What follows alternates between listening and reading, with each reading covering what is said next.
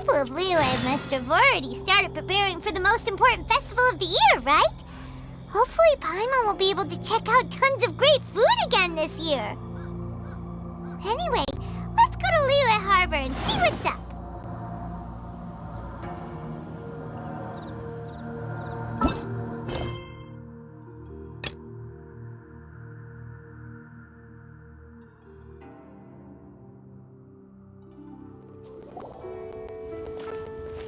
Paimon votes we go say hi to Xiangling first.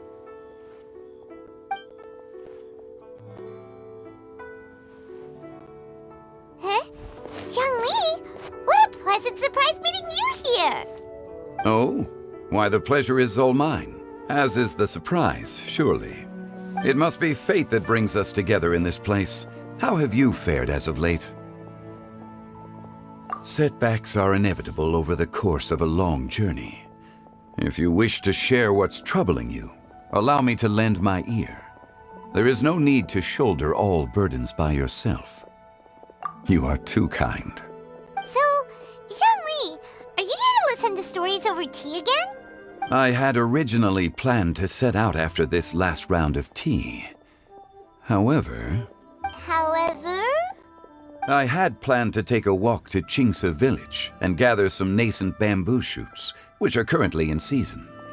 A villager there once gave me a small sample, and they possessed a most excellent flavor. Huh? Nascent bamboo shoots? Why can't you just use normal bamboo shoots instead? Wait, Paimon knows! Because Zhongli prefers the finer things in life, right? Okay, Mr. Particular, let me guess. Ahem. The nascent bamboo shoot has a uniquely tender texture and a delicate sweet taste that its normal cousin cannot match. An astute observation, Paimon. You know me well indeed.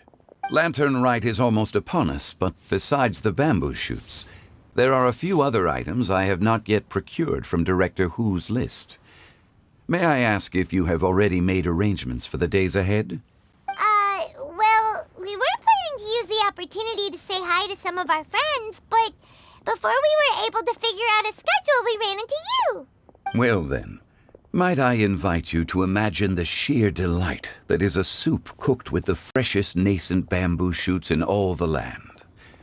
Generous cuts of pork belly and crisp, fragrant bamboo shoots placed together in the pot and left to simmer slowly for half a day.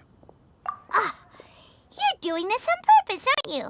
Paimon's onto your plan. You just want to hoodwink us into fetching your bamboo for you. Why, I assure you, I would do no such thing. I merely wish to inform you of the freshest, most succulent and flavorful bamboo shoots one could ever hope to taste. Ugh, let's go, Traveler. Paimon's taste buds can't take it anymore. Collecting a few bamboo shoots shouldn't take too long. Paimon has got to get her hands on some of that soup. Such fine specimens are indeed well worth the excursion. Very well. I shall leave the bamboo shoots to you. Should you have the good fortune to find some, please share them with me as well. See? Paimon knew he was just bamboozling us. However, there is no need to rush. The streets of Liyue will be bustling with visitors and filled with all manner of celebrations during the festive period. By all means, go wherever your interests lead you. The nascent bamboo shoots would be but a wonderful final touch to a most exceptional feast. What an honor it would be to savor them in the company of friends. We're heading out. Enjoy your walk, Youngli. Take care now, you two.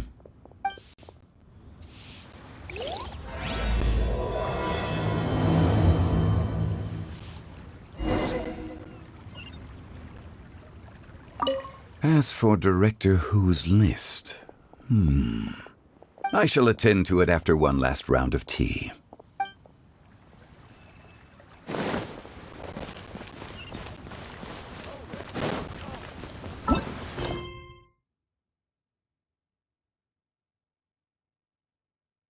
Bamboo shoot, bamboo shoot. Nascent bamboo shoot. Oh! This one's only just sprouted! And it looks super fresh! Paimon thinks this is the one!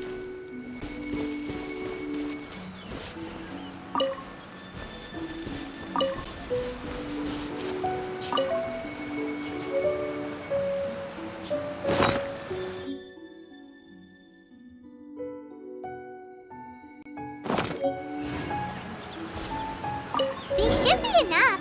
Let's head back. Help! Help! Did you hear that? Someone's calling for help. It's coming from over there.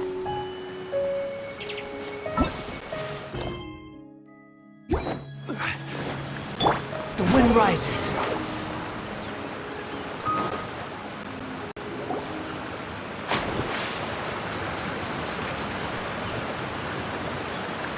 Are you okay?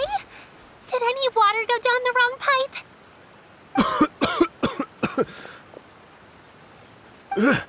I think I'm okay now. Thank you so much. That was scary. Well, at least you're all right. All thanks to your savior here. Oh, a little girl? Greetings, everyone. My name is Yao Yao. It's a pleasure to make your acquaintance. Whoa, she's so well-mannered. My name's Paimon, and this is the Traveler. I'm Dvorak, a musician from Fontaine. I came through Stone Gate intending to head towards Liyue Harbor, but then I became captivated by the beautiful scenery. And before long, I was completely lost. Just now, I was so mesmerized by the waterfall that I slipped and fell into the water. If it weren't for Miss Yao Yao's help, I shudder to think what might have happened. It's all right, Mr. Dvorak. The splashing around the bottom of the waterfall means the stone path is always wet and slippy. You definitely have to be careful. Next time you're exploring an unfamiliar environment, try to focus on what's right in front of you. Don't let your mind wander. As long as you watch your step, accidents like this won't happen anymore. Yes, ma'am. I understand. I'll remember to be more careful next time. Oh, are you hungry, sir? Oh, I'll be fine. Please, sir, it's quite all right. I was born and raised here in Liyue. It's only natural for me to extend my hospitality to any guests who are passing through. I expect you still have quite a long journey ahead of you. It's very important to keep your energy levels up. I still have some lotus flower crisps left in my backpack. Why don't we split them between the four of us? Aw, what a thoughtful kid! She even has some for Paimon! You're welcome. Mmm, so tasty. If only there were more. Having a healthy appetite is a good thing. It means Paimon's still growing. If I'd known I was gonna run into you, I would have made a second batch. Hope you're taking notes, Traveler. This is how you treat your Paimon. What do you think, sir? Are Liyue's snacks to your taste? I wonder if they're not sweet enough. No, they're perfect. When I was traveling through Mondstadt, I had a chance to try one of their moon pies. It had a meat filling, unlike these crisps. But apart from that, it seems like they follow a similar cooking process. Both are delicious in their own way. As for Fontaine's cooking, though, it's been a long time since I've had a taste of home. Sounds like you spend a lot of time on the road, huh? I do. It's part of my job. I'm one of the main organizers of the Iridescence Tour. Iridescence Tour? The Iridescence Tour is one of the biggest music festivals in Fontaine. We're looking to expand, though. Our aim is to hold a festival in every nation. At least, all the main organizers share this goal. Unfortunately, it's a long story, so I'll spare you the details. But anyway, so the main reason I'm traveling all around Tavad is to promote our music festivals. But I have some personal reasons, too. Well, what are they? Just tell us already. Let me see. Well, to explain it in full, I'd have to start with a story from my ancestors. I don't want to take up too much of your time. Oh, I love listening to stories. We want to hear it too. Okay, Then I'll start from the beginning. The story goes that my ancestor, who was also a traveler, once slipped and fell into a lake during his travels. As he was sinking and gasping for breath, he heard a wondrous tune in the air. They say it was the most beautiful, moving melody he had ever heard. Even in that life and death moment, the ethereal music seized his full attention and almost made him forget the fact that he was drowning. When he finally came to, he found that he had already been brought ashore. Not too far from him stood an unfamiliar woman with an almost divine aura. Once she saw that he was no longer in danger, she left without a word. My ancestor tried to run after her to give his thanks, but although a mere dozen paces separated them, no matter how quickly he gave chase, he drew no closer and remained a dozen paces behind. In the end, all he could do was to bow in thanks to the woman as he watched her walk away towards the rivers and mountains in the distance, before at last he turned around and made his way home. Once he returned to Fontaine, he began to learn an instrument so that he could spread his story far and wide, just like the bards. After generations of retelling, embellishing, and dramatizing, people have come to think of that lady as something like a fairy. The story's become something of a local legend in Fontaine. It's called the Lady Overlooking the Lake. People now say that if you go down to the lakeside and play an instrument, so long as you play a pleasing melody, you will hear a fairy lady who is hiding out of sight, playing along with you. Wow! Exactly. It may just be a legend to others, but for me, it's a real part of my family history.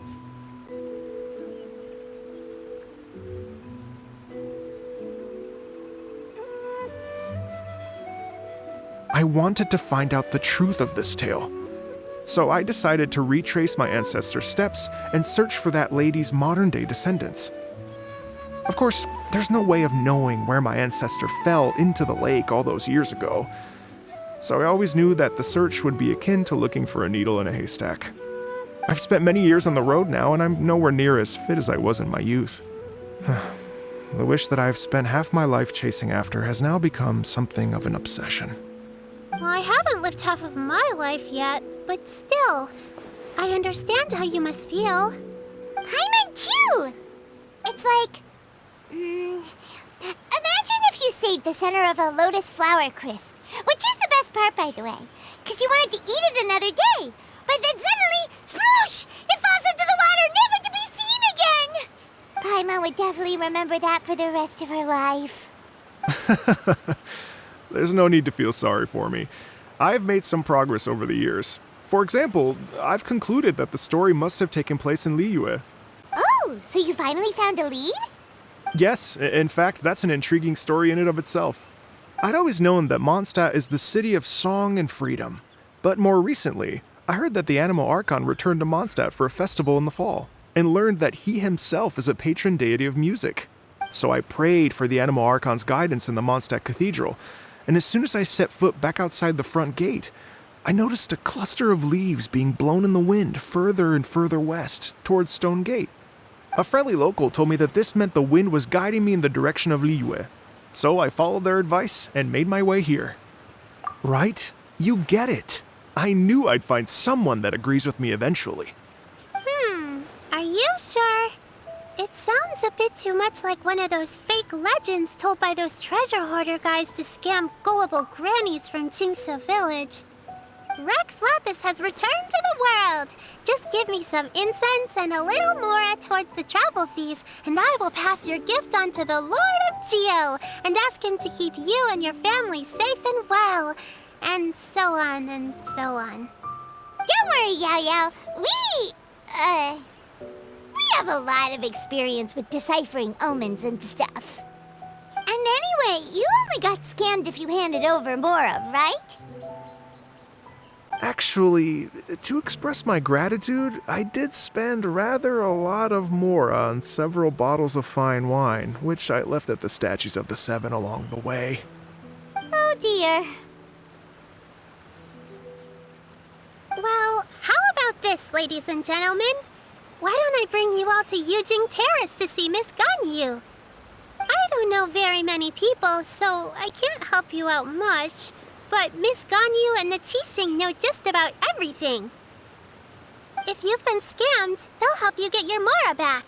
And if the wind was telling the truth, and you want to keep looking for that lady's family, they'll be the best people to ask. But you've already helped me so much.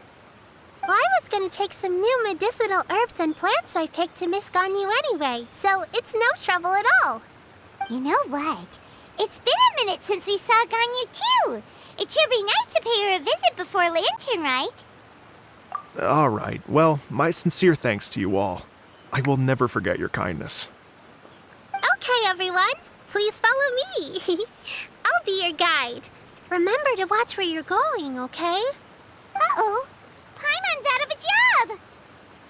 Oh well. Paimon will just be a cheerleader instead.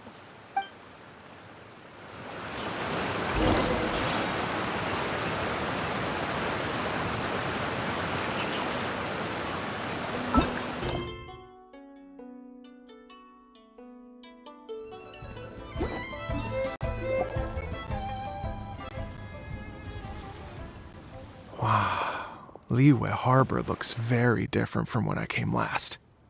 It's almost as if I'm listening to the same melody, but with a richer timbre and new variations added. Well, we are here during Lantern Rite after all. It only comes once a year, so they always have a big celebration. It's fair to say that this time of year is when Liyue Harbor looks the prettiest. Great! Let's go and check it out. I can't wait to get into the city and see it all up close for myself. The streets are breathtaking. Smiles and laughter everywhere I look. It's contagious. I can almost feel the music in the air. I have the urge to start waving my conductor's baton. I'm glad that you're enjoying the city.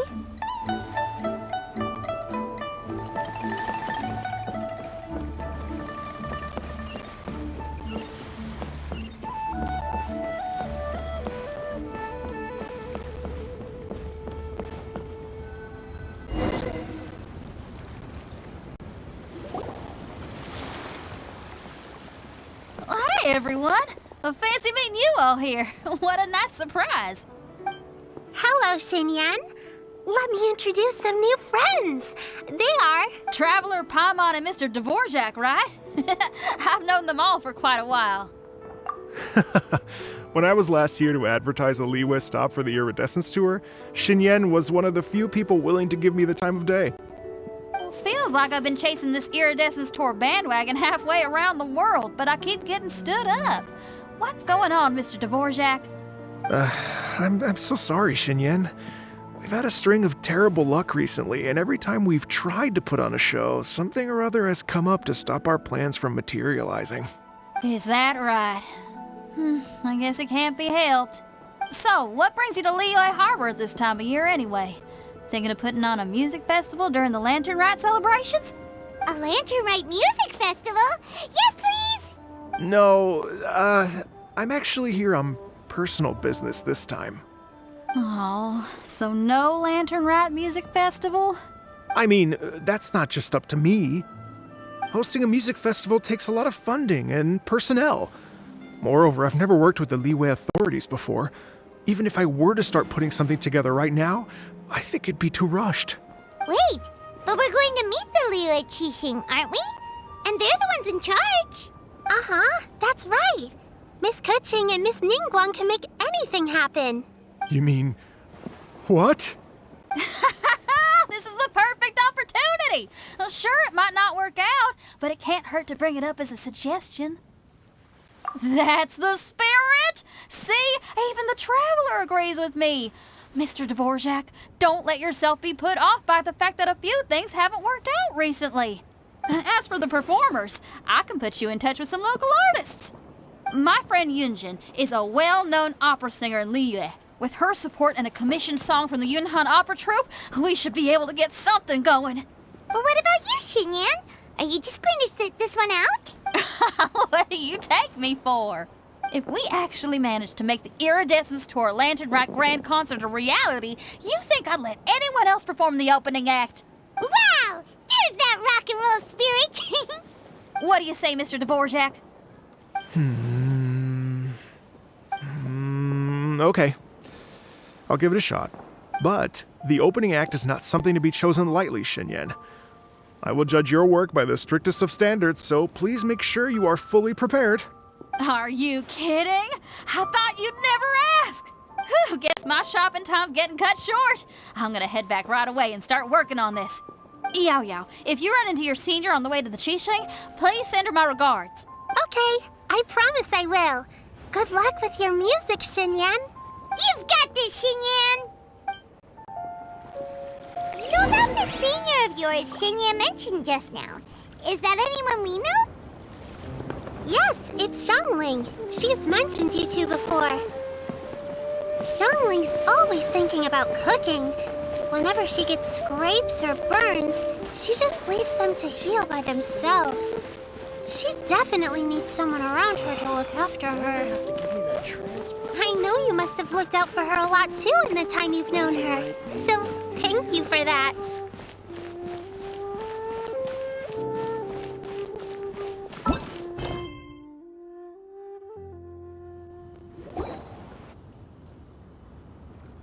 Oh, it's Master! Is it okay if I go and say hi to her? Oh, calm down now, dear. I'm not about to run off anywhere. I'm not a bundle of energy like you. I haven't seen you in days, Master! I've missed you. Oh, bless you, Yao Yao. You do say the sweetest things. Ah, look who it is. Visiting friends during the lantern rite, are we? You're half right, Madam Ping. We were also trying to help out Mr. Dvorak over here. We were on our way to take him to see the Qixing. Hello, ma'am. I am a musician from Fontaine and an organizer of the Iridescence Tour. I don't suppose you've heard of it. Master! The Iridescence Tour is a super famous music festival. Oh, an old lady like me wouldn't know much about that sort of thing. A music festival, you say? It sounds terribly exciting. Oh, right! Madam Ping, how would you feel about that? You're an elder of Liyue, and you know all about Liyue's cultural traditions. Hearing your thoughts would definitely help us figure out how best to approach it. For example, do you think it might be a bit too modern, or is there any other issue? Why, not at all. Music pays homage to history and culture, and it can also be a bridge between different civilizations. Times change, and the music enjoyed by the youngsters of today is no doubt very different from the tunes I was accustomed to in my youth. Nevertheless, all fine things in life can be appreciated. And so, I look forward to it immensely. Hear, hear. I do believe that, my own dear grandmother aside, you are the wisest old lady I've ever met. Goodness gracious, you're all being suspiciously sweet today. Yao Yao, whatever have you been feeding them? Master, you're in such a great mood today. You're even cracking jokes with the rest of us. Oh, well, I'm sure you must have plenty to be getting on with, yes? Run along now. Don't let me hold you up. Thanks, Madam Ping. We'll see you again soon. This is a peaceful neighborhood. You mustn't be afraid to try new things. If you never try, you'll never know. With your contribution, I'm sure this year's Lantern Rite will be a most spectacular one.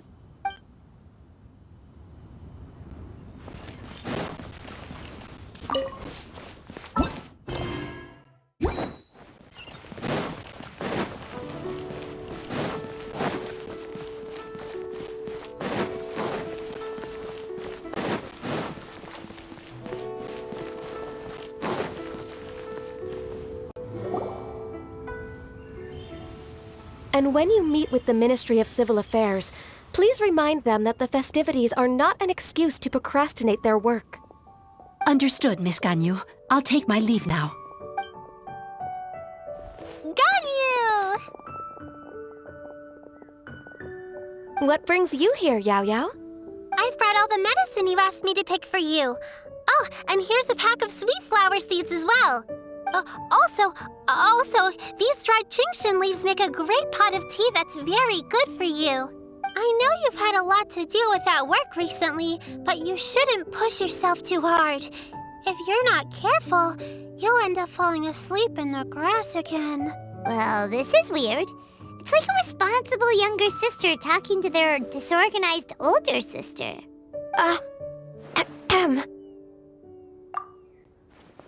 Thank you, but Paimon's criticism is quite valid. I do have a tendency to neglect matters outside of work, and that's something I should improve on. Oh, my apologies. I don't believe we've been introduced. Ah, Paimon will do the honors.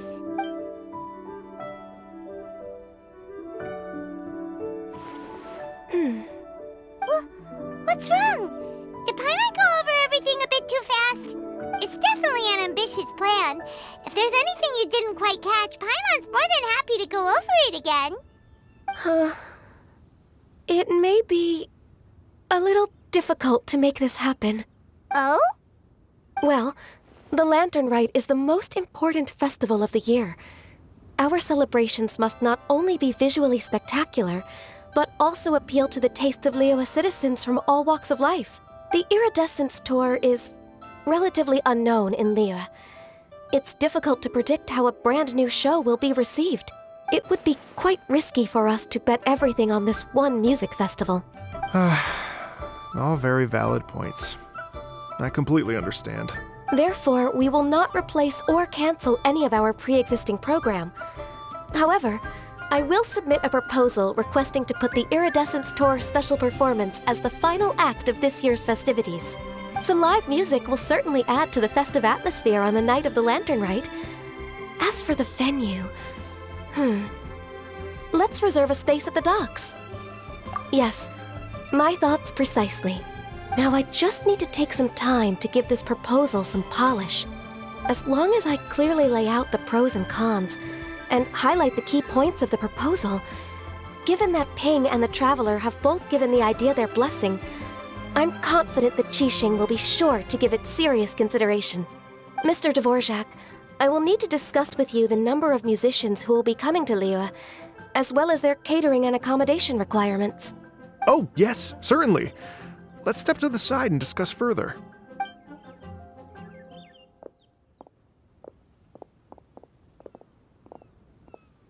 As soon as there's work to do, Ganyu's as diligent as ever. I couldn't agree more. Master once said that everyone has things that they are good at and things that they are less good at. So, with that in mind, Ganyu shouldn't feel compelled to become perfect at absolutely everything. I'm good at taking care of people, so that can be left to me. Wow. Hey, Yo-Yo, can you take care of Paimon too? Paimon's getting hungry again. I'm afraid my backpack's empty now, but if you let me know what you like, I can bring you some of your favorite dishes next time we meet. Apart from lotus flower crisps, what else do you like? Anything sweet, and anything that's made from slimes.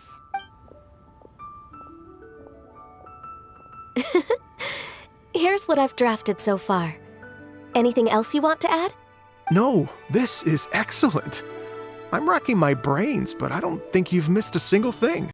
Perfect. Then we'll leave it as is. I'll go make an official copy. Oh, perfect timing. We were just wrapping up our discussion here.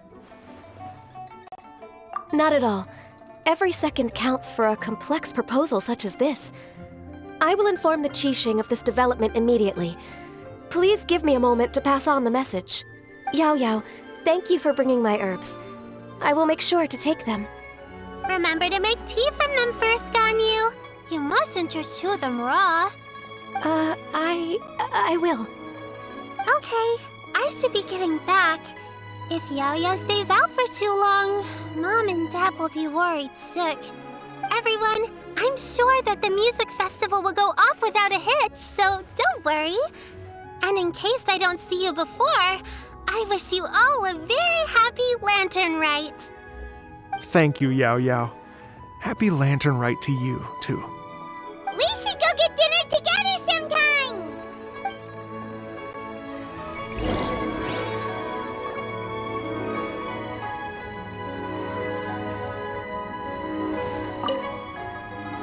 That lady I just talked to, Ganyu, she really thinks of everything. It got me wondering, could it be that all our failed attempts so far have been down to our failure to properly prepare for different contingencies?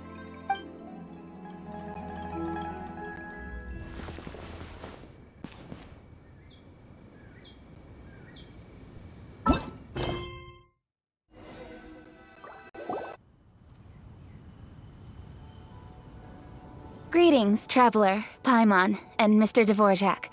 Call me Kuching. Ganyu has brought me up to speed on everything. I'll get straight to the point. The Qixing have approved Ganyu's proposal. Over the next few days, I will be working with Mr. Dvorak on behalf of the Qixing to facilitate the organization of this concert. Yay! That's awesome! Please. The Qixing have a duty to deal with matters such as these. We have merely moved things forward to the next step. On a more personal note, I am an avid supporter of all things new and innovative. As such, it is my privilege to work with you on this exciting project. Thank you so much, Kuching. I'd become quite discouraged after our recent failures and was expecting the same outcome once again, so I didn't dare to get my hopes up. Never in my wildest dreams could I have imagined this going so smoothly. It's like a dream come true. Right. Time for me to call in the performers. To stage a concert at a high-profile event like this is a rare opportunity. We'll make sure it's a night to remember. Yes! Our music band's finally getting fired up! Yes, indeed. I know exactly what I'm doing from here. For a musician, music will always be the language they are most fluent in. Oh, that. That can wait for another time. Oh. Ganyu? What's wrong? They told me all about Mr. Dvorak's situation, but I was so engrossed in drafting the proposal that I forgot all about it. Oh, that's quite all right. I don't even know what the person I'm trying to find looks like, so it was always going to be a long shot. Don't worry about me, Ganyu.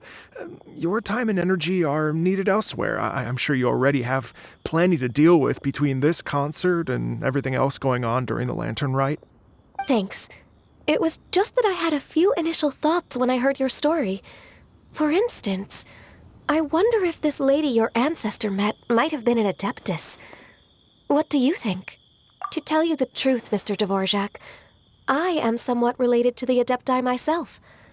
I am part human and part Qilin. The Qilin is an illuminated beast. I know how important your quest to get in touch with your roots must be to you, because I've been there myself before, trying to find out where I belonged. Did you say the Adepti? And you're illuminated beast? Part Qilin? Are you telling me all the rumors of the Liyue Adepti are real? So it's not just artistic license? You bet they're real! Trying to track them down is tough, though. Like Julian Karst itself. There's nothing specifically stopping you from going there, but getting in and out of there is quite an ordeal.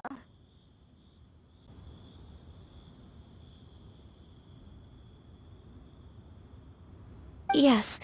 Anyway, if you're looking to uncover a lost melody or shine light on a forgotten aspect of Liyue's cultural history, I'm probably not the best person to ask.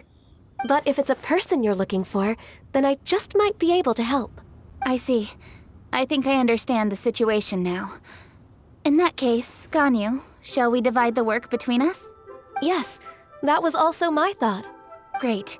So Mr. Dvorak and I will concentrate on things here in the city to make sure the concert goes according to plan. In the meantime, Ganyu will reach out to our network and try to find the person he's looking for. How's your workload at the moment? Will you be able to make time? I can probably get through everything in 2 days, as long as I don't sleep. Wait, what do you mean as long as I don't sleep? Even for someone with illuminated beast blood in their veins, working for such an extended period without a break will take its toll on your health. Somehow that does not sound persuasive coming from Kuching. Be it but 3 moons from the start, he who returns is not he that departs. Even I know the importance of maintaining a healthy work-life balance. In that case, 3 days. All right, I can work with that. If you have the time, would you join me for this search? You're well known to many of the Adepti and respected among the people. I'll feel much more at ease with your company. Okay, then let's meet back here in 3 days. Watch this space, Mr. Dvorak. We'll get to the bottom of this. You're all so helpful and kind. I just... Just think. Imagine if we found the Adeptus lady, or one of her descendants, and got them to come to the performance. Wouldn't that be amazing? It'd be such a happy reunion. And that's exactly what this festival's all about. You're right. Okay, I'm gonna pull out all the stops to make this lantern rite a true extravaganza. We should probably get going. Mr. Dvorak, could you come with me to confirm the site? Ooh, we're coming too! I was wondering, what are your thoughts on music? What does it mean to you? Music sounds nice? Truth be told, the question of what music means to people is one that I've been pondering for quite some time. Let's revisit this question after the concert.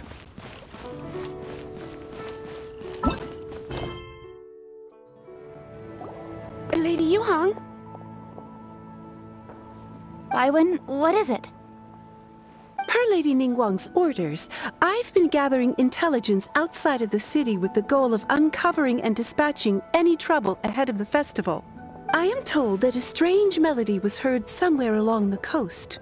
I was wary of investigating further on my own, so I was just on my way to report this incident to Lady Ningguang. But I'm worried that if we don't act right away, we may miss the window of opportunity to take appropriate action. I understand. In that case, Yeah, Kuching, you're busy enough as it is. There's a ton of different things in the city that needs your attention. Leave it to us. Don't worry. Whatever it is, we'll definitely be able to handle it. Well, he will handle it. With the Traveler on the case, it's as good as dealt with. Thank you. This will be a great help. I will inform Lady Ningguang about the situation. Once it's resolved, please come and find me again at Yujing Terrace and let me know. Will do. And say hi to Ningguang for us. you have my thanks too. Stay safe and come back as soon as you're finished. Good luck.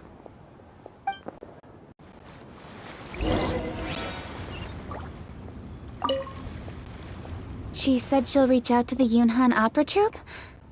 Huh, I see. Then I'll arrange for a rehearsal venue and accommodation as soon as possible.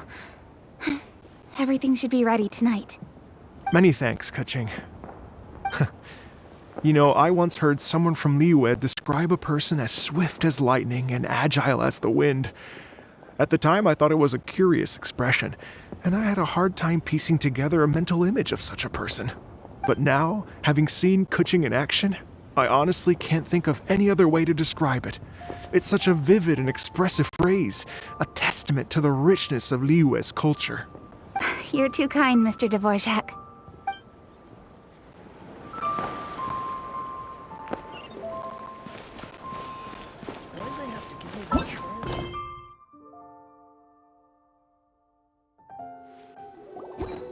Byron said this strange tune was coming from around here, right? But Paimon doesn't hear anything.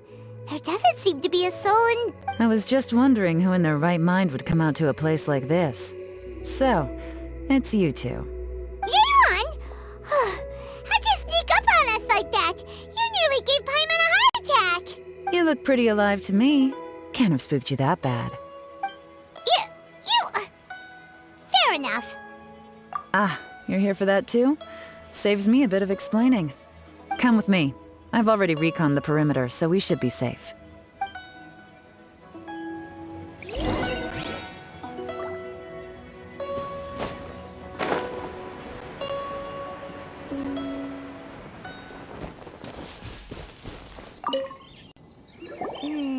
The stuff by the door is in pretty good condition, though. It can't have been too long ago that someone was last living here.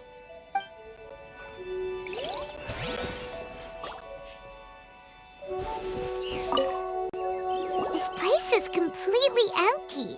There's nothing valuable left here at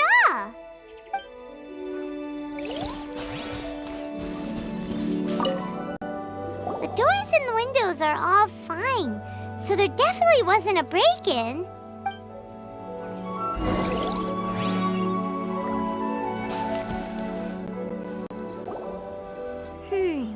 How strange. It looks like it's been looted, except for the fact that there's no sign of a struggle. The bad guys could have sneaked in while the owner was gone, but then how do you explain why the door and windows are intact? Seems you've done a pretty thorough inspection. So, any theories on what might have happened here? Yaylon, you didn't hide some of the evidence from us on purpose, did you? Why would I make this more difficult for you? We're on the same side here. Okay, well, Paimon gives up then. Paimon's got nothing. What about you? Give up as well? Yep.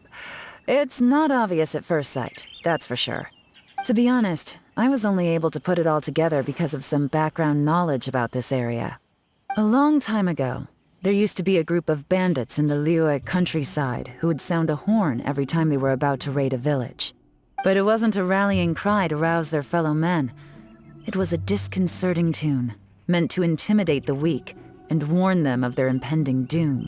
To escape with their lives, the villagers would abandon their homes and flee overnight, taking only their most valuable belongings with them. Everything else was left behind. The bandits were eventually brought to justice, but the fear and trauma remained in the villagers' hearts. Whenever they heard that melody, they would feel like their lives were in danger once again, and flee immediately. The culprit of this crime exploited that very fear to get access to this house without having to force their way in. Whew, that's quite the story. The victims obviously will have gotten quite a fright, but at least they won't be in any great danger. The important thing now is to find this copycat criminal. On any other day, that'd probably be a good idea. Unfortunately, it's not gonna work today. Take a look around and you'll see what I mean. This criminal is clearly well-versed both in using music to commit crimes and in making a clean getaway. Not only did they stay off the muddy road to avoid leaving footprints, it looks like they were also careful not to bring any gadgets with so much as a trace of elemental energy. Evidently, they were intent on keeping even the most experienced investigators off their trail. Unfortunately for them, I'm one of the best trackers in the business. They're not about to get away with their little scheme on my watch. So basically, if we want to find the culprit, we just need to follow Yaylon.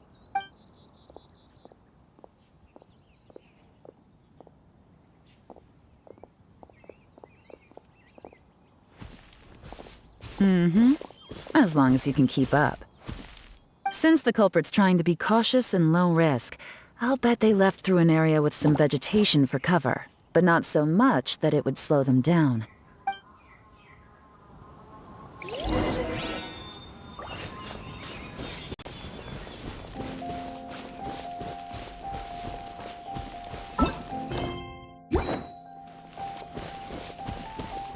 Here, look at this.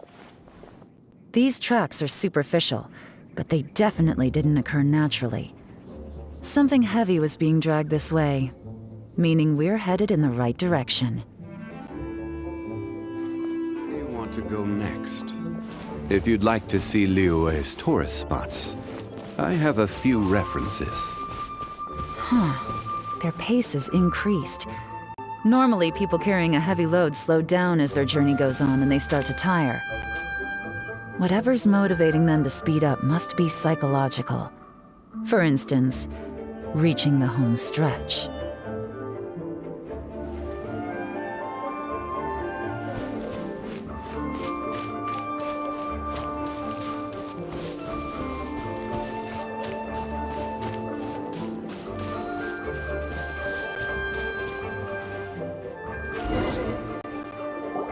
There they are! Look! A treasure hoarder tent! Ugh, not the treasure hoarders again! And so close to Lantern Rite, too! 'Tis not the season for their antics! Come on, let's round them up.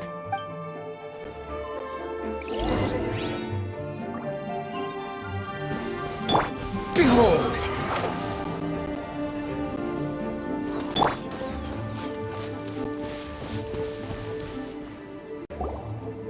Hey!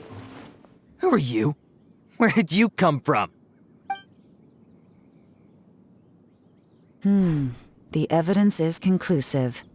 Okay, confess and we'll go easy on you. My patience is running low, so why don't you do us both a favor, You kidding me? You think I'm scared of you?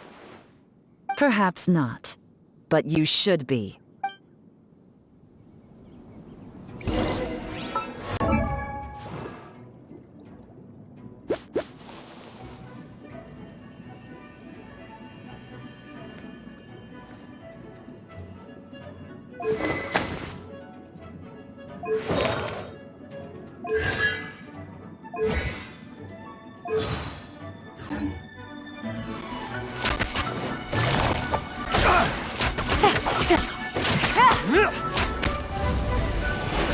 Curses.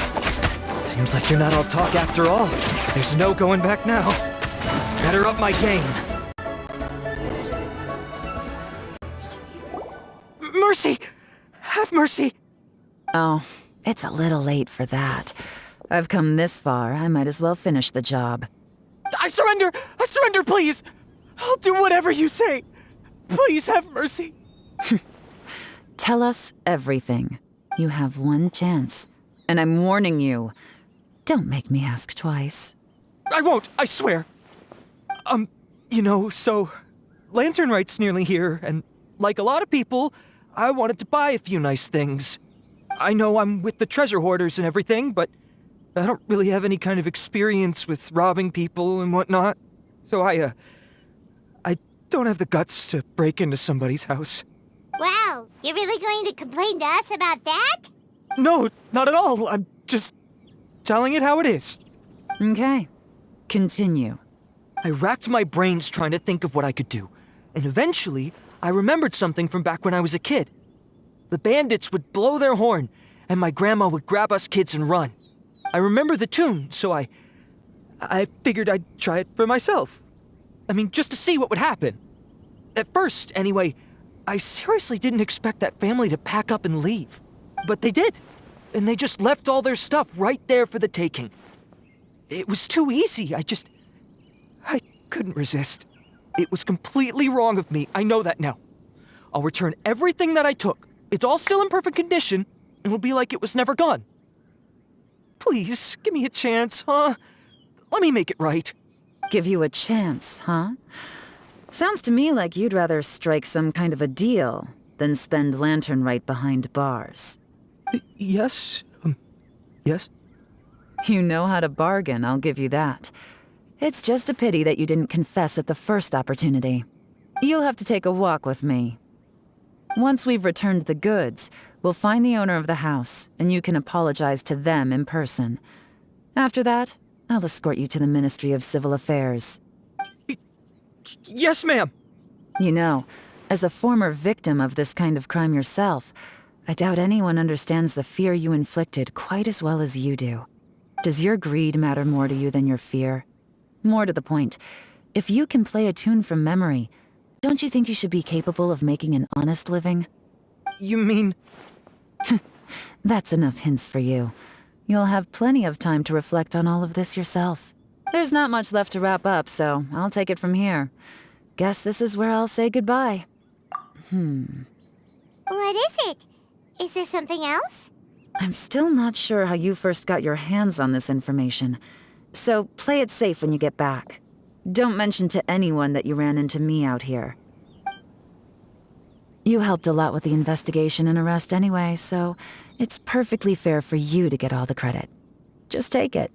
It works better for me, too. See you when I see you, and happy Lantern Rite. Yeon's such a pro at this. With her taking it from here, it's as good as resolved. Whoosh! Random event, a strange melody, complete. Although, it's kind of a shame that we never got that treasure hoarder guy to play the melody again. Right? How could anyone not be? When we were chatting with Mr. Dvorak, music seemed like such a positive thing. And most music is, right? It can help us relax, feel all warm and fuzzy, recall happy memories, or even just think happy thoughts. Paimon never imagined that music could be used to commit crimes. Oh, really? Huh. Makes sense. musical understanding improves again!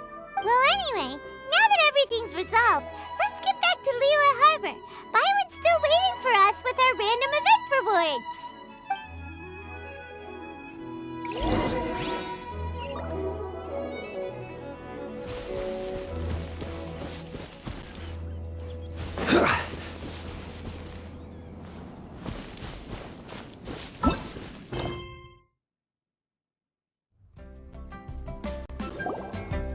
Byron, we're back! Everything's all sorted. That's great news! Oh, please wait here a moment if you would be so kind. Lady Ningguang instructed me to advise her upon your return.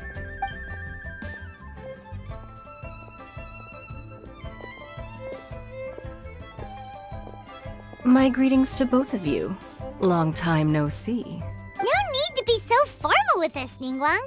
We've known each other for a long time now. You must be super busy with all the preparations for Lantern Rite. Don't mind us. On the contrary, I think it is those that I have known longest to whom I should extend the greatest courtesies. Alas, on a different day, I would invite both of you inside for some tea and a brief respite from your travels. But you're quite right. Trivial matters aside, there's no escaping the fact that we have a grand concert to organize. Once the performance itself is over, we'll then need to invite the representatives of the Iridescence Tour for a discussion on future collaboration opportunities. The financing arrangements alone could well entail many rounds of discussion. Simply put, there will always be work to do. Whoa, you're already thinking that far ahead? Well, we can discuss more current affairs if you'd prefer. I trust you saw this year's Mingxiao lantern at the docks when you arrived at the city? Yeah, it looked like a goose. Which Adeptus is it modeled on this time? Sea Gazer. I believe you're familiar with the name. Legend holds that he was free-spirited and easygoing. People described him as a cheerful soul and a loyal friend. On this marvelous lantern rite, we pray that the fallen heroes may be guided home. If the sound of music can flow like the rivers and streams into every corner of the land, perhaps the souls of those who have gone before us will hear the song of a new era.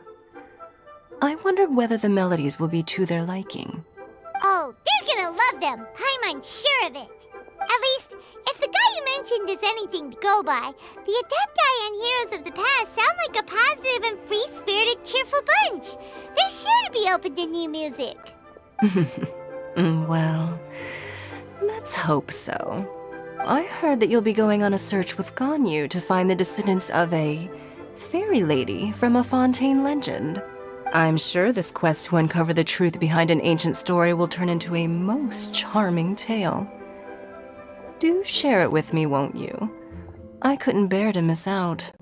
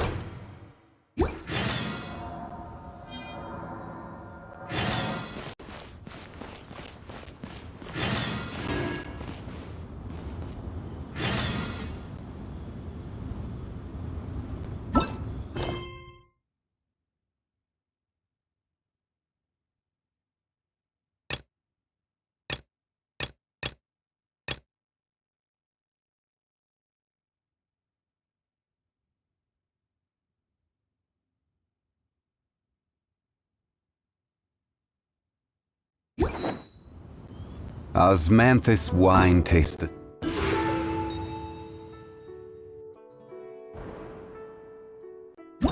same.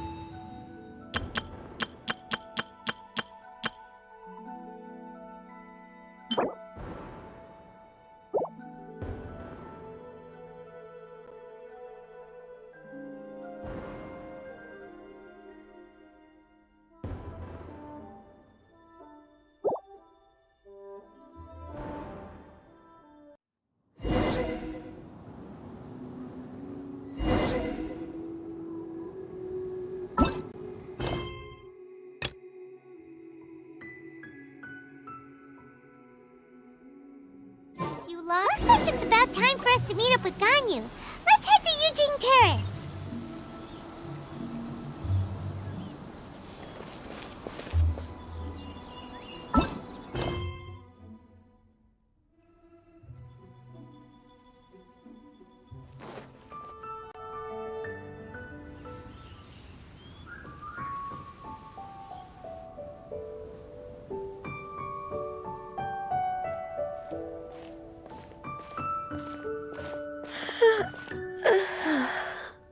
Greetings, Traveler and Paimon. What time is it? Are you okay, Ganyu? You were nodding off there. Didn't you sleep well last night? I'm fine. Don't worry about me. Let's discuss the matter at hand. Since last time, I've been thinking a lot about the story Paimon told me. In essence, someone rescued a drowning man and performed some music. If that were all there was to it, it could have been many people, human or Adeptus. But the tune was allegedly so wonderful that the drowning man forgot about everything else, even his own impending death, and only came to his senses after being brought to shore. Perhaps there was an adeptal power at work in that music that he, as a mortal, could not perceive. Or perhaps he sensed a power surrounding him but lacked the words to describe it, not knowing where it came from. Either way, if this part of the story is true, then the rescuer has to have been an Adeptus. You really think so? But this story is all the way from Fontaine. Isn't this a bit of a long shot? Also, Paimon's really curious about how people from Fontaine think this fairy lady looked. Then she looked just like Ganyu. Guess that does technically make sense. Actually, Ganyu, if you had to save a drowning person, how would you go about it? Huh? Me? Well, I'd get them to the shore, and then I'd probably hide behind a tree and watch them for a while. Once I was sure that they were going to be okay, I'd slip away without a sound. Got it. So basically, Ganyu's the type of person who doesn't like taking credit for her good deeds. No, it's not like that. I'm just not very good at explaining things. And I also find it really awkward accepting other people's gratitude. Well, what if this Adeptus in the story had a similar attitude? That would explain why she just left without saying a word. She was probably thinking something like, one was merely passing by and saw fit to address this egregious disruption to one's graceful zithering at once. You may keep your thanks to yourself. That was actually a very good impression of Cloud Retainer, Paimon. As far as I'm aware, Cloud Retainer isn't the most musically gifted. Still, we can't completely rule her out just yet. If we set off now, we could head to Mount Outsung and ask her about it. You'll be able to confirm either way if it's her, and I can, I've been in Lea Harbor for so long now that I'm just not as familiar with the Adepti anymore. If there's anything we want to know about them, she's the best person to ask. Sounds great! And we're pretty close with Cloud Retainer by now, so we probably don't even need to bring her food this time, right? I've prepared a gift for her to mark the festival, just in case. However, Cloud Retainer spends most of her days studying mechanisms in her abode. She's on her own so much of the time that the moment she has someone to chat with, she just... Never mind. I promised I'd help Mr. Dvorak, and now that I've made the contract, I can't be having second thoughts. Traveler, Paimon, let's set off for Cloud Retainer's abode. Seems like this is a tough decision for Ganyu, but she's made up her mind now. Paimon gets why she'd be so anxious. Okay, how about this? If Cloud Retainer tries to start telling stories about her again this year, we should pipe up and change the topic. Wait, did she leave already? Hey, Ganyu, wait up!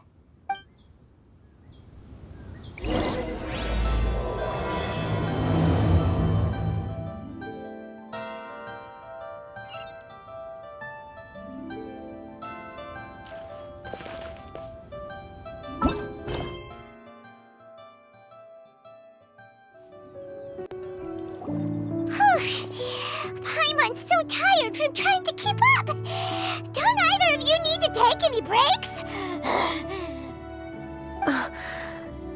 I can't believe it. Cloud Retainer is not here. Huh? Did we miss her? She doesn't like to travel, so in the past, it's always been the other Adepti who come to visit her during the festivals. True. Now that I think about it, Cloud Retainer would be quite capable of taking care of anything on her own. There's no need to worry about her. Since she's not here, I guess the next step is to check all the other Adepti abodes, one by one. Uh-oh. Will it involve a lot more traveling? Got it! Paimon has a great idea! Please go on, Paimon. Our goal here is to find the Adeptus that helped Dvorak's ancestor, right? We can't hear any music right now, but if she's really as nice as the story suggests, she'd definitely come to help anyone who was drowning, right? Yes, I think that's fair to say. So, all we have to do is get the Traveler to pretend to fall into the water, and the Adeptus will come to the rescue! You know perfectly well that Paimon can't swim! Paimon would sink like a rock! Just trust Paimon! The water's pretty deep over there! Quick, swim to the very center!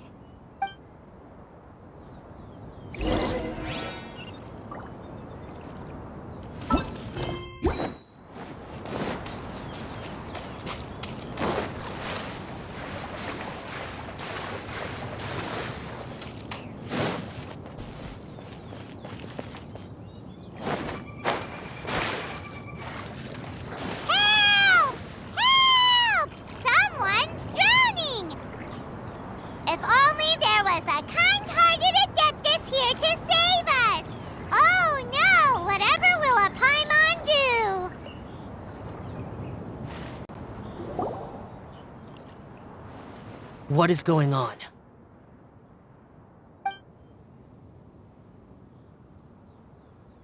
How do you feel right now?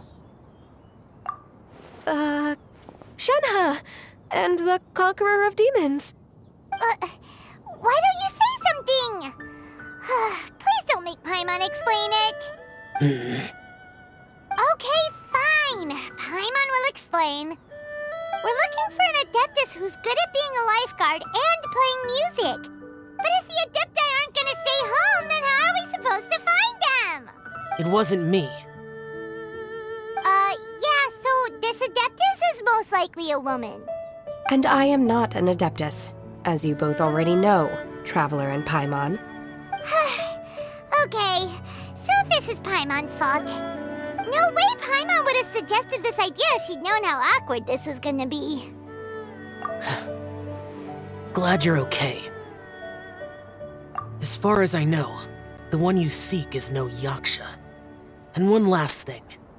Your actions here caused others a great deal of worry. Do not repeat them again in the future. As ever, the Conqueror of Demons comes and goes, just like the wind. Right. I didn't dare to say a word just now. How's your training going, Shenhe? Have you made any plans for Lantern Rite? We could spend it together in Liyue Harbor if you'd like. I had planned to spend the festival with Master this year. However... Oh, speaking of Cloud Retainer, when did you see her last? Earlier this morning. She set off for Mount Hulao at dawn. I noticed she was using an Adeptus art of some kind to protect a mechanism that looked like a boiler. Maybe it was a gift for Mountain Shaper. I did not inquire. So we just missed her. Please excuse me for a moment. I think I'll leave the gift in her abode. Sure. Thank you. It sounds like Ganyu and Shenhe have gotten a lot closer recently. Yes. During the summer and winter, I continued to train with Master. In the other months of the year, I have been learning to adapt to human life in Liyue Harbor. Ganyu arranged accommodations for me in the city, and also recommended several work positions for me. But when I try to blend in by referring to her as Miss Ganyu or Lady Ganyu, like the others, She says I mustn't address her like that. Sometimes I'm supposed to copy other people. Sometimes I'm not. It's a little difficult to keep track of everything. Oh, is that what it is? Noted.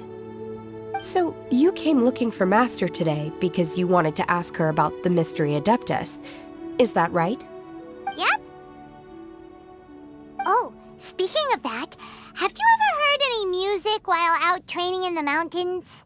Music? What is that? It's, a kind of a happy or relaxing sound. Or, a nerve-wracking sound. Or even a terrifying one. Okay, I'm done. I also left her a note so that she knows where to find us. We won't miss her again.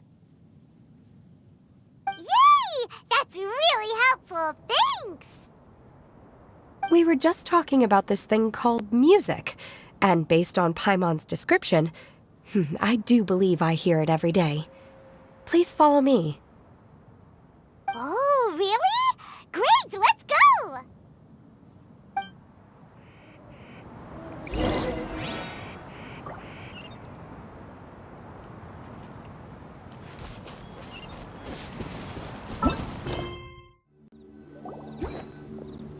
This is the place. I enjoy training here to the sound of music.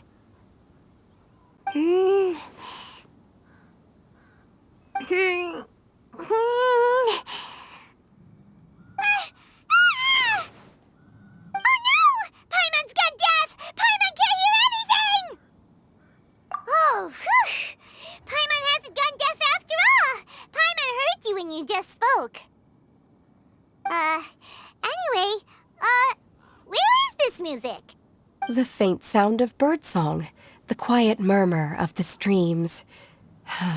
These are relaxing sounds. Are they not the music of which you speak? Oh, Paimon wasn't quite done with the description. Okay, fine, it's all Paimon's fault. What we're looking for are not the sounds of nature, but melodies played on special instruments. And a melody is? Huh? Hey, why don't you just sing that one melody Shen has heard before? It'll probably help her to understand what we're talking about.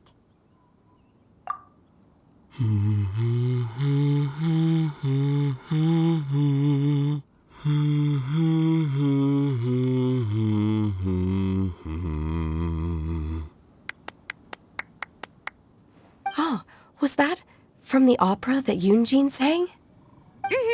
That was a melody, and melodies can be called music. It felt like I was transported back to the past. In my mind's eye, I could see the Zhao lanterns lighting up the night sky again. We're all there, raising our glasses and drinking to our heart's content on the Jade Chamber. As I watched Yunjin's performance, I felt a warm sensation in my heart. And as the drink reached my stomach, it went from warm to hot. When you hummed that melody just now, feelings from a whole year ago came right back to me, as strong as they were on that day. So that's the power of music. Wow, Shenhe. That was so deep! Music definitely has the power to bring up memories. It's like a time capsule with all the special moments from our life squished inside. What about you, Ganyu? Are there any melodies that have left a deep impression on you? I don't remember if my parents ever sang any lullabies to me. I know some local folk songs, and a few other things come to mind too. The songs of the sailors down at the docks, the little ditties that the vendors call out in front of their beloved shops, the tunes of folk artists performing on the streets. Yes, that's right. In the past, whenever I heard the sound of those tunes, I always felt that they were worlds apart from me. Nenny and Leo probably view me as a non-human. And they are right, in the sense that I never could connect with humans' artistic expression and their sentiments. So I haven't been able to integrate into their community and be a part of their lives. At least, that's the view I held in the past. Only more recently did I start to realize that the only barriers are ones that I have erected with my imagination. The way those melodies make me feel isn't all that different from other people after all. They're about mundane details of everyday existence. Life's ups and downs, joys and sorrows. Even though we come from different backgrounds and have different stories to tell, when it comes down to the most common things that we see and experience around us each day in the city, in that sense, we're all the same. You go, Ganyu!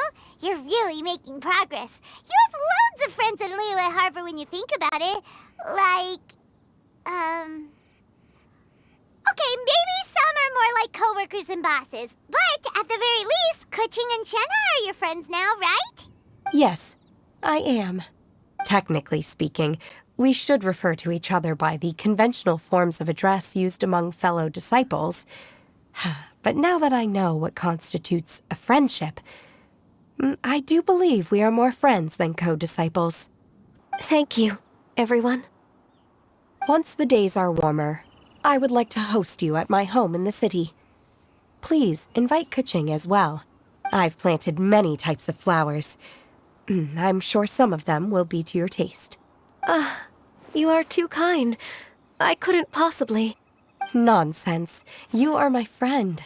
I have cultivated and cared for the flowers just as you taught me. Once you've seen them for yourself, I am sure you can advise me how to do an even better job next time. I will save some for decoration. We can feast on the rest. Then, thank you in advance. Wait, what is that saying again? If you insist? Do people say that? I'm not completely sure either. It doesn't matter, okay?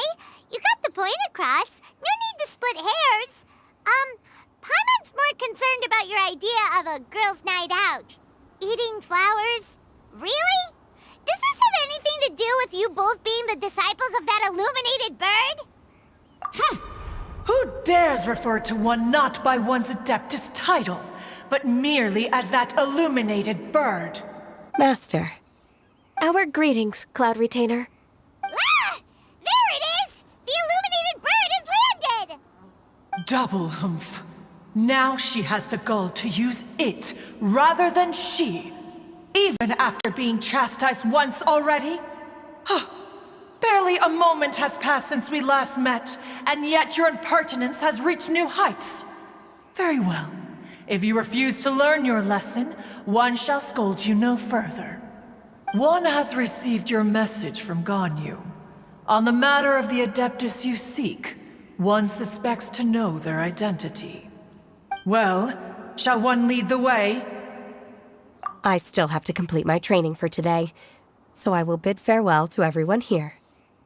Very well. Await my arrival at one's abode later this night. On this special occasion, you should indulge yourself with some savory dishes. If you want to release a Shao Lantern, come and find us anytime. Thank you, everyone. Happy Lantern Rite to you too.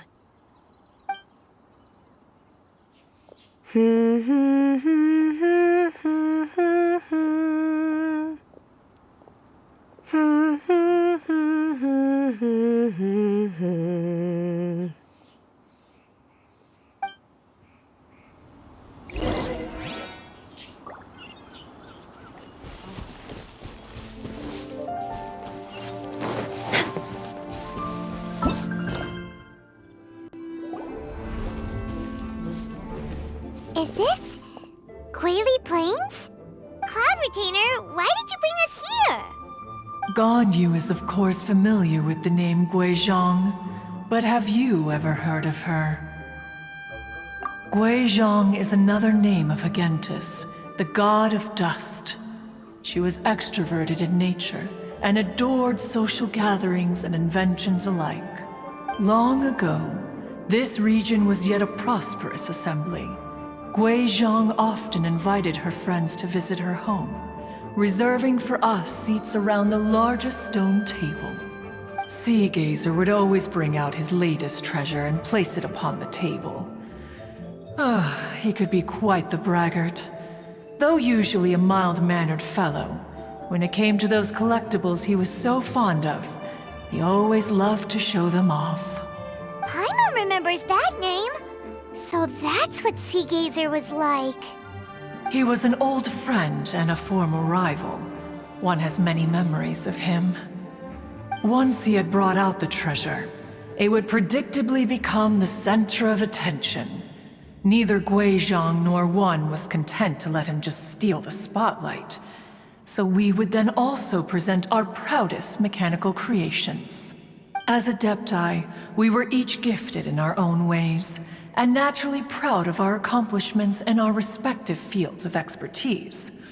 As a result, One often quarreled with Sea Gazer.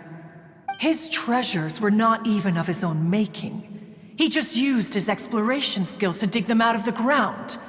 How, pray tell, could he compare to me, when every single one of One's accomplishments were crafted by one's own hand? Cloud Retainer, you are getting competitive again. One digresses. Regardless, every time an argument occurred, Gui Zhang would come over to watch us during our mutual lambastics. On some occasions, she would join in, and on others, she'd take one of us by the limb and start uttering the most ridiculous nonsense. What kind of nonsense? No kind of nonsense were we spared. Sometimes she would brazenly opine, why argue between yourselves when neither of you could ever hope to beat me? Other times, she would make unsolicited suggestions, such as, once you two are done arguing, let's go to the foot of the mountain and grill some meat. She always sought to make everyone happy, and one must say, she had quite the gift for it.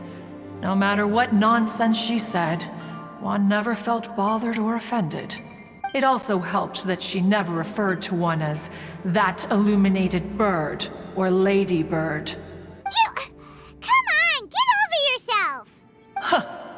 Anyway, just as our impassioned arguments would reach the apex of acrimony, Marchosius would bring his delectable dishes to the table.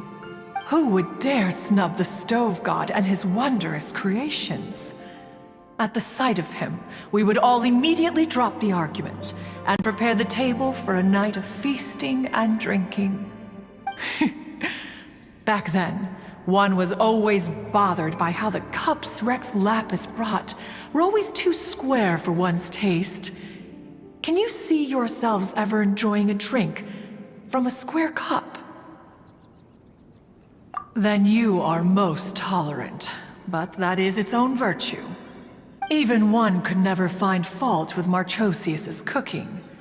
As we ate, Gui Zhang would continue to find topics for conversation, filling the table with humor and laughter. Each of those old fossils had their character flaws and points of obstinacy. So why was it that whenever we dined together, we always had a marvelous time? We would drink together from a spot high in the mountains, until the moon set and the sun rose, and only then would the banquet finally come to an end. Streetwood Rambler would often remain to admire the flowers with Gui Zhang before returning to her own abode. The glaze lilies were far more abundant back then. Entire fields of them would appear to the eye as a veritable sea of flowers. Streetward Rambler? That would be Ping. You probably know her as Madam Ping. Oh, okay. Wait, this is a lovely story and everything, but didn't we come here to find that Adeptus from Mr. Dvorak's story? Or are you saying that it was Gui Zhang? Didn't she, already, Alas, long has One avoided this place for precisely that reason. The sights here are a reminder of a time long gone, and evoke much sorrow. One should have guessed that you would disrupt one's poignant moment of mourning with your incessant questioning. No matter, one will share the whole story with you now. In times gone by, one quarreled oft with Guizhong concerning mechanical principles. We each had our ideals, and neither would yield. Under the pretext of a social gathering, one invited the impartial Rex Lapis to judge the quality of our creations. But Rex Lapis declared that Guizhong's Obscuro Vulpus mechanism was superior. Though one was too proud to acknowledge it, in one's heart, one knew that Guizhong was indeed the superior talent in the mechanical arts. As for the story between Guizhong and Streetward Rambler, that begins with a certain bell. In Guizhong's opinion, while mechanisms were no substitute for human composers, they were yet capable of producing simple but fine melodies. But Streetward Rambler believed music to be an expression of the soul, an emotional enterprise that could never hope to be replicated by machinery. They argued endlessly, until one asked Rex Lapis to intercede. He confiscated the bell and designated it for ceremonial use. Thereafter, one would often find them convening in the mountains, discussing music, mechanics, and all the affairs of the mortal world. But these good times were not to last. War broke out between the gods, and soon engulfed the Guili Plains. Guizhong was overpowered by the enemy, and fell in battle. When Streetward Rambler and I arrived at the scene at long last, all that remained among the ruins was her lifeless body. After this, at Streetward Rambler's request, Rex Lapis granted her the cleansing bell for safekeeping. To honor our friend's memory, one made a few finishing touches to her ballistic device. Many lantern rites have passed since then. Many greetings and goodbyes. Upon what do you gaze? The Guili Plains? No. It's everything.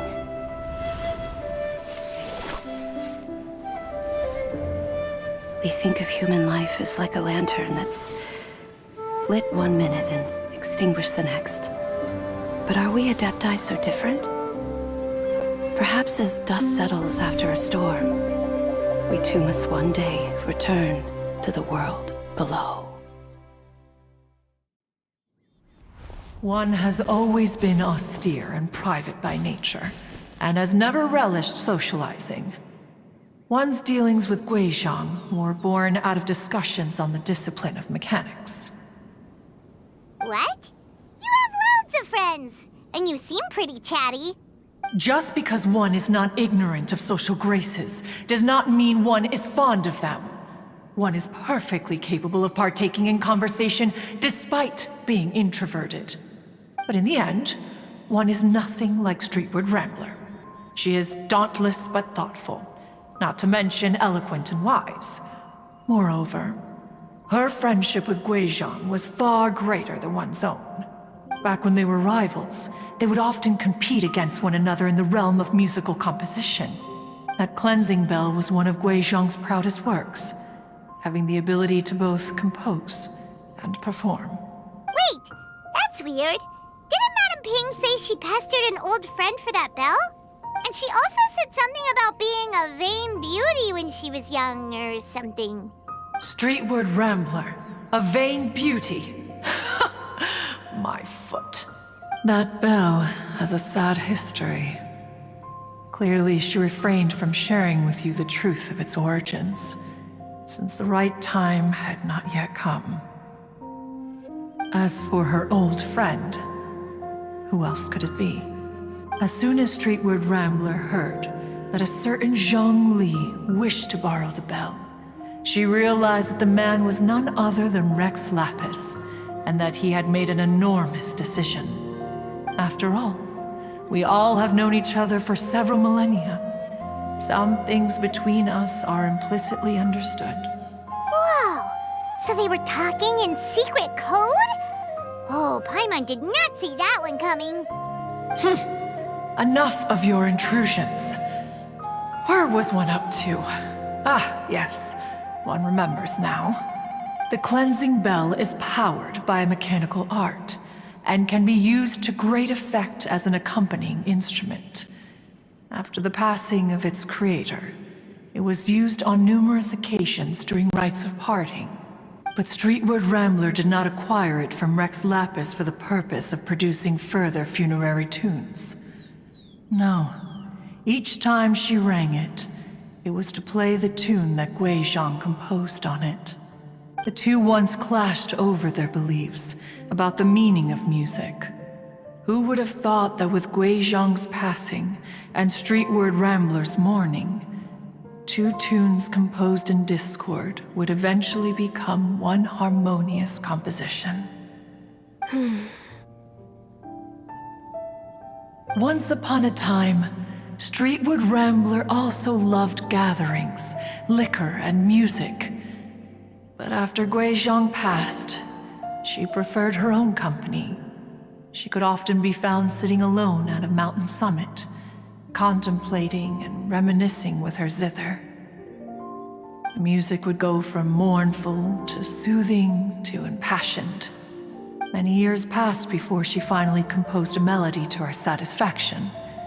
In celebration, she played the tune to the clouds.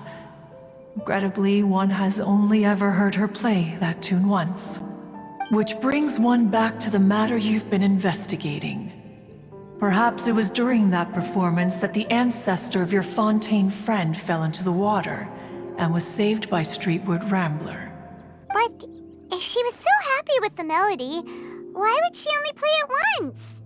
One was also greatly perplexed by this. After suppressing one's curiosity for a long while, one finally approached her and asked why she would retire the tune after having spent so long on it. In response, she said,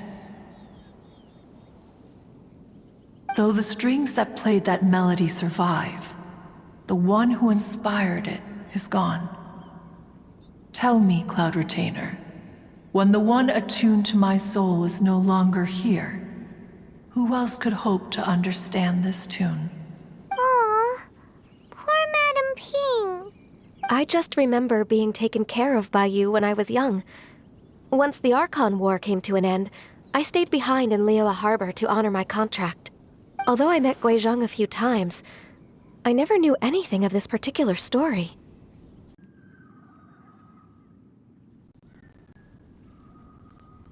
Gui Zhang was quite the visionary, but tragically passed before her time. Her manuscripts still lie unfinished in the realm of clouds. Blank pages give one cause for contemplation on what might have been. Had you not decided to search for that mystery Adeptus, perhaps these stories too would have been lost to the sands of time. As of now, you know the truth. That the Adeptus who rescued the drowning man was none other than Streetwood Rambler. Do you intend to discuss this with her? Do you mean Ping might find the topic too distressing? Precisely. The passing of our old friend is a heavy topic that both of us are usually careful to avoid. If I may be so bold, Cloud Retainer, could it be that this is just your own personal opinion? Oh? How so? I've been in Liyue Harbor for quite a long time now, and I've witnessed many farewells along the way, so I too am well acquainted with the pain of the passing of a loved one. But this doesn't bring the city or its people to a standstill. They have to keep moving forward. Someone as perceptive and wise as Ping will surely have come to understand and embrace this. Though these immortal mountains have lost an Adeptus, the harbor of mortals has gained a wise elder. No loss can ever be undone, but there is always much that can still be gained. Ping has helped countless people, and will guide many others in the years to come. and all to whom she extends a helping hand become her friends. People she can admire flowers and discuss music with. Though it is heartbreaking to lose a kindred spirit, life goes on, because there are new friends waiting for you further down the road. We even asked Madame Ping what she thought about adding a music festival to this year's Lantern Rite. Oh, when we get back, why don't we just ask her if she'd like to perform? Maybe we can even get her up on stage. You youngsters and your imaginations. Why don't you come with us? It's been a long time since you last spoke with Ping, and Liyue Harbor is always decorated so beautifully during the festival period. Is not every Lantern Rite the same in this regard? Were there ever anything new to discuss? One in Ping could meet any day of the year. I disagree. Each new day and each new year is different from those that have come before. How long will you simply let them pass you by? The edibles she brought this time were indeed quite delectable. Very well. Then one will be off. If the other old fossils have sneaked away into the city to amuse themselves, one shall soon find out. All right. We should be getting back to the harbor as well. We don't want to keep her waiting. Once the Guili Assembly, now the Guili Plains. Say, if we planted flowers there and cared for them carefully enough, do you think that one day we'd be able to recreate the sea of glaze lilies? Allow one to take back one's praise from a moment prior. You are still far too given to flights of fancy, child. What? Cloud Retainer? You were still listening? One observed that you were making no effort to leave, and returned to chasten and hasten you. This time, one is departing in earnest.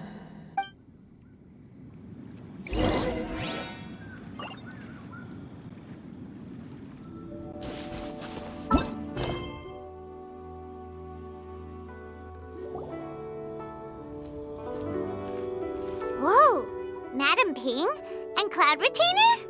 It appears you made haste after all. One arrived but moments before you. Oh, bless my soul.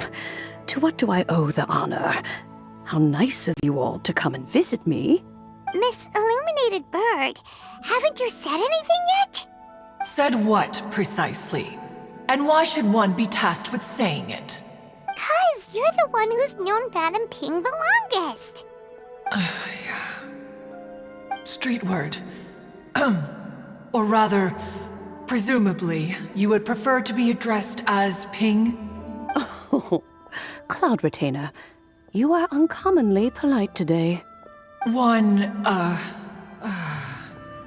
Given that Lantern Rite is almost upon us, the weather in the city is most pleasant, and a sweet floral fragrance lingers in the air. Ganyu, please continue from here. Huh? All right. So, this all started because we were trying to help Mr. Dvorak find the Adeptus who saved his ancestor's life.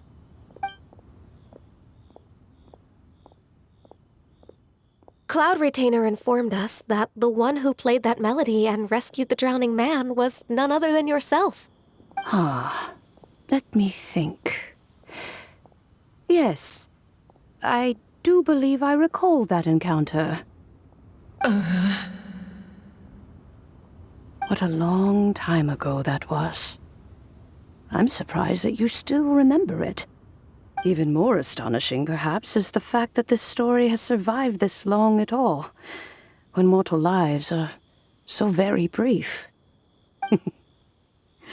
It appears that she has proven herself right once again. Who's she? We like to call her Guizhong. From the look in Cloud Retainer's eyes, I sense that she has already told you all about her. Albeit reluctantly, one might add. There is no harm done. After all, Lantern Rite's very purpose is to commemorate the heroes who gave their lives for Liyue. Although Guizhong did not live to see the splendid sights of today, she was as much a hero as any other. So how has she proven herself right again exactly? Once upon a time, she said to me that humans were a weak form of life that she wished to protect with her wisdom. But as she interacted more and more with them, her opinions on them began to change. She marveled at the beautiful complexity of their spirits, the sheer splendor of all they could accomplish through their hard work and intelligence. She told us that to underestimate human potential would be to make a grave mistake. With the smallest amount of guidance, enormous power can be unleashed in them, and a human who has reached their full potential may well be her equal. Someone who could have as much to teach an Adeptus as to learn from them. She always had a way with words. That her mechanical accomplishments were judged superior to one's own was, one suspects, in large part due to her sheer eloquence. Speaking of mechanics, Cloud Retainer, do you still remember that potted plant mechanism? The one that the two of you gave me as a gift? Of course. Guizhong and one both put an immense amount of effort into that gift. It would be no overstatement to call it a testament to each of our individual technical genius. As Guizhong once said, it takes every blade of grass and every flower to make a homeland. When I see the sight of Liyue Harbor before us today, I am reminded of this. Madam Ping looks very emotional right now. Of all of us, it was Guizhong who was the fondest of these grand and exciting occasions. If she were still with us, I'm quite sure she would still be trying to best Cloud Retainer's finest works at every opportunity. Liyue Harbor is always filled with the sound of music at this time of the year. If she were here, one is certain that she would seek you out to discuss and debate the virtues of various melodies. Oh yeah, music! We've been dying to ask. What was the melody that you played back then? Oh, also, with you being such a music expert and all, why don't you join the concert as a performer? I can make arrangements right away. Oh, as much as I don't wish to dampen your enthusiasm, it's been a long time since I played this zither. My fingers don't have the dexterity they once did, and whenever I play that tune, it always reminds me of her. I start wondering what she would think of the changes I have made to her melody. There was a period of time whenever I started strumming, it almost felt like she was back again. Sitting right there on the stone stool next to me, chatting away. Skybracer and Seagazer too, looking just like they did in the old days. No matter how much time goes by, the moment that melody starts playing, it transports me right back to that time in my memory. So the past still weighs heavily on your heart? Well, I would be lying to myself if I claimed to have completely moved on. But that is not to say that grief doesn't get easier with time. Despite the sadness, I have found many things that bring me joy in life. It is simply the nature of the world in which we live that even if one wished to mourn for an eternity, it would be a nigh impossible feat. Just look at this potted plant. Isn't it stunning? It takes an honest and open mind to confront and conquer grief. You have indeed made progress. Be that as it may, I shall leave the Lantern Rite stage to the youth of today. Well, if you're sure. Granny! Whoa, what's everyone doing here? Did something bad happen? Ah, and now we've spooked Yanfei. No. Everyone's just here to give me their regards for the holiday. Oh, that's wonderful, I'm glad. Well, in that case, happy Lantern Rite, everyone. Happy Lantern Rite. Oh, I just remembered that I have some, work to do at Yuehai Pavilion that I need to discuss with Yanfei. I haven't been able to find a chance until now. I will leave Mr. Dvorak in your capable hands. Cloud Retainer, Ping, we will be off for now. Huh? Does it have to be right now? Which case is this again? Hey, Ganyu! It seems Ganyu still has much to learn when it comes to the art of deception. What a pity.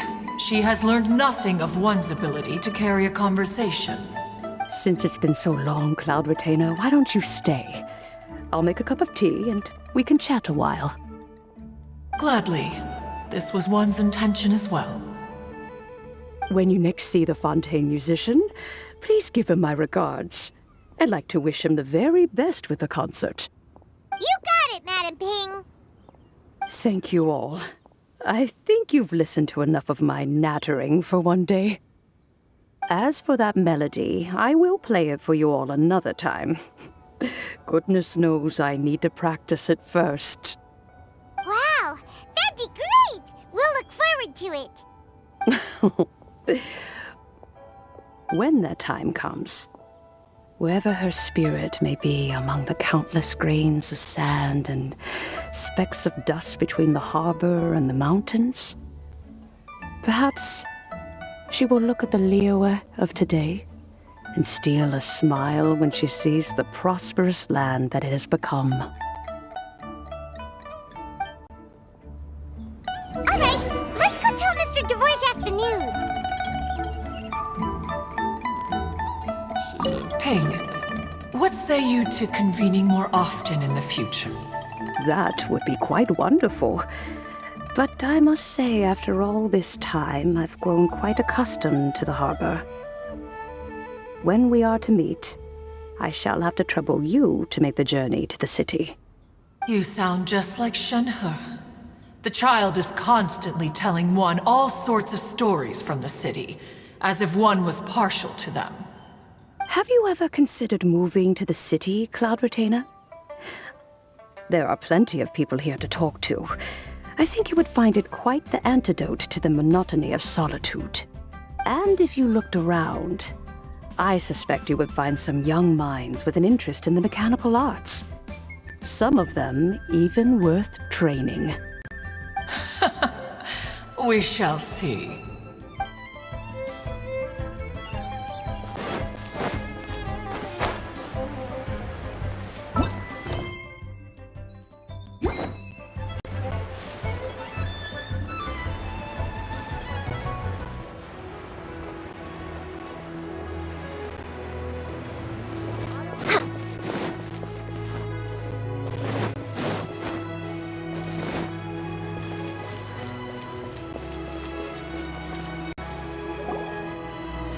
Mr. Dvorak! Ah, and Kuching's here too! Thanks for helping set all of this up. Welcome back. Did everything go well? Really, really well. We found the person Mr. Dvorak was looking for. Are you serious?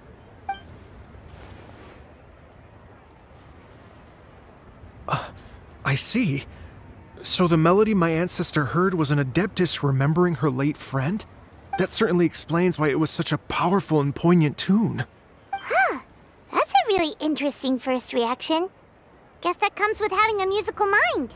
I have to say, though, it's hard to believe that the fairy from the tale is now an elderly granny.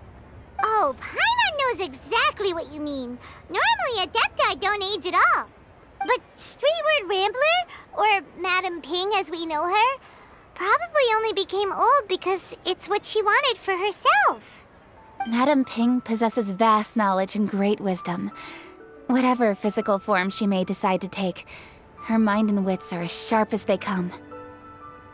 Yep, Kuching summed it up perfectly. That's exactly what Paimon was trying to say. I think... yes. I must thank her in person. That can wait until after the concert, though. For now, I need to devote all my emotional energy to the performance. Ah, speaking of, Madame Ping wishes you all the best at the music festival. Paimon has a sneaking suspicion that she'll stay in her usual spot but listen to the performances from afar.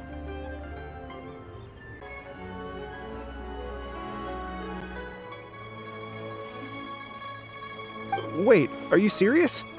Huh. Oh no, now I'm starting to get nervous. Okay, alright. Nope, another rehearsal is in order. Please excuse me, everyone.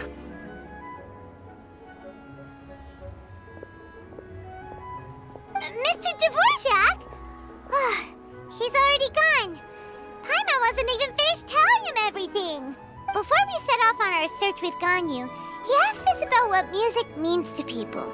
After our recent adventure, Paimon thinks we have a lot more to say about that now. Please, share your insights with me. Well, we found out that music can be used for good, but also for bad. It can make people happy and moved, but it can also be sad and bittersweet. And music is like a kind of memory written in people's hearts. It can put you in touch with feelings from a totally different time and place.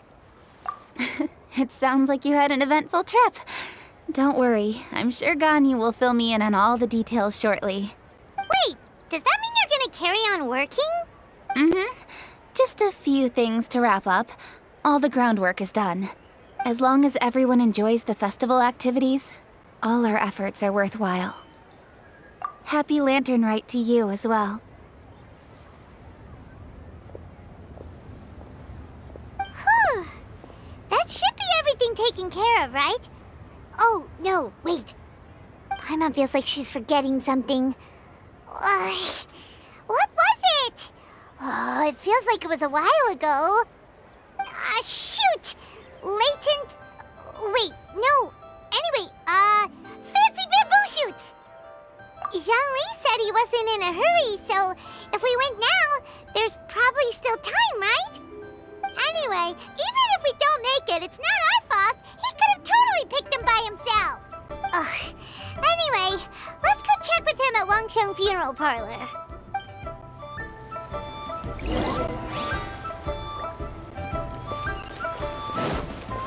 We're way behind schedule.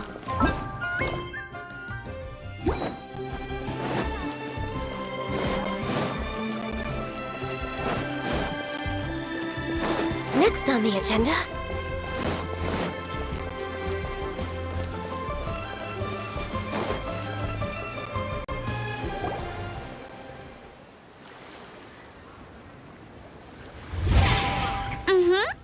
Da da da da da da da da da.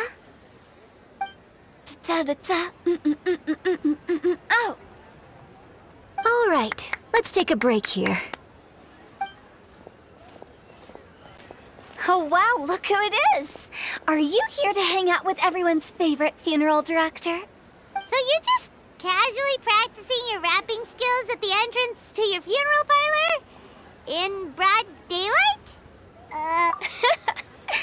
After everything we've been through, you don't see me for a hot minute, and you're back to being scared of your own shadow. We have all this open space, a clear view of the mountains behind and the sea in front. Not to mention we have several invisible audience members enthusiastically cheering us on. It's the perfect spot to rehearse. Invisible audience members? Gotta say, it took me a few days to get used to Director Who's way of talking. Xinyan was pretty spooked too when she first got here. Just like when she sees a frog, but a giant frog with sharp teeth. Come on, knock it off. What's wrong? I've never seen someone look so confused before. Well, don't worry, because Director Who's here to explain it all. There once was a Fontaine musician who went around town on a mission. He came door to door for his iridescence tour, looking for acts to audition. With my words, Xinyan's courts, and Yunjin as our mentor, we'll take the stage by storm with flames roaring and the whole audience calling for more. For sure! The whole dance floor will be yelling encore! Encore! Oh, now Paimon's rhyming along. But when you say flames roaring, are you sure this'll be safe? Oh, don't you worry about that. I'm pretty experienced on the stage, and I've already informed the Yuhong of all the pyrotechnics we're planning on using. Huh. Guess we'll just have to trust Xinyan on this one. Oh, Zhongli. He took one of those fancy meal boxes and set off for the mountains. Said he wanted to pay a visit to some old friends. It's a real pity that he couldn't be around for this.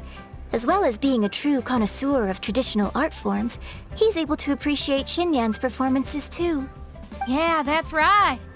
Matter of fact, he was the one who first invited me to perform here. To tell the truth, though, I never thought I'd really find myself rehearsing here one day. Well, now you know. The Wangsheng Funeral Parlor is a great location. All of you are always welcome to come and hang out here, especially if you're in the mood to try something new. I can speak to that. Hu Tao is always full of fun surprises. And jump scares. Actually, Xinyan, I have some lyric ideas for your part. Do you want to go through them together?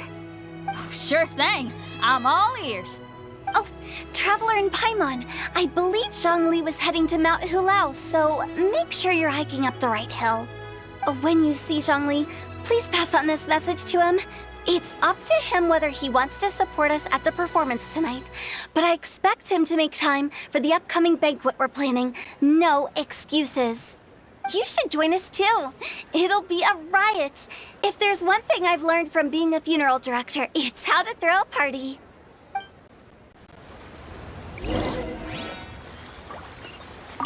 Okay, everyone. I think that's a long enough break. Let's take it from the top, shall we? Ms. Yoon is such a strict mentor. These breaks aren't even long enough to have a sip of tea. Well, you were desperate to get involved, and this is what it takes. If I gave you half the chance, you'd be sipping tea till nightfall. Hey, how about I treat us all to some late-night snacks once we're done? Hu Tao, what you craving? How about some stir-fried filet with a side of crab roe tofu? Where are we gonna find crab roe tofu so late at night? We could always just go pester masterful chef Zhongling. Now I'm hungry. All right, let's knock this out and then go grab some food.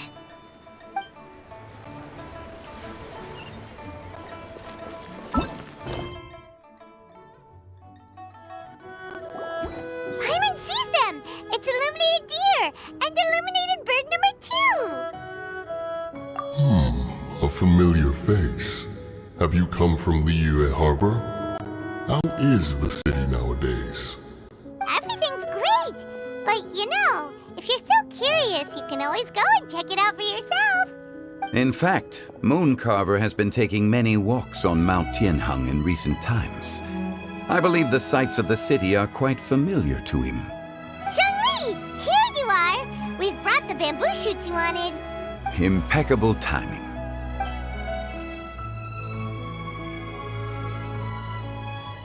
Traditionally, bamboo shoot soup ought to be slow-cooked for many hours on low heat. Using Adeptus arts to hasten the process is something of a shortcut. Wait, that mechanism... is that... Indeed. Cloud Retainer kindly lent me her supreme cuisine machine. Can we not just call it a cooking machine? Actually, never mind. She seems to take a lot of pride in her mechanical gizmos, so it's probably best if Paimon doesn't go changing the name willy-nilly. I trust that you found the answers you were seeking during your recent journey. Excellent. The past should be remembered, but not overly dwelt upon. Our journey should be seen as a means to take on more from the world around us. When the bamboo shoot soup is ready, I must insist that you try some for yourself. Oh, Zhongli! Hu Tao told us to tell you something. She said, It's up to him whether he wants to support us at the performance tonight, but I expect him to make time for the upcoming banquet we're planning. No excuses. When she says performance, she must mean the Lantern Rite Music Festival. As for the banquet, she didn't tell us anything more about that, but she invited us to come as well. As you can see, I have a prior engagement with 2 Adepti friends of mine tonight. Please, give Director Hu my best wishes for the performance.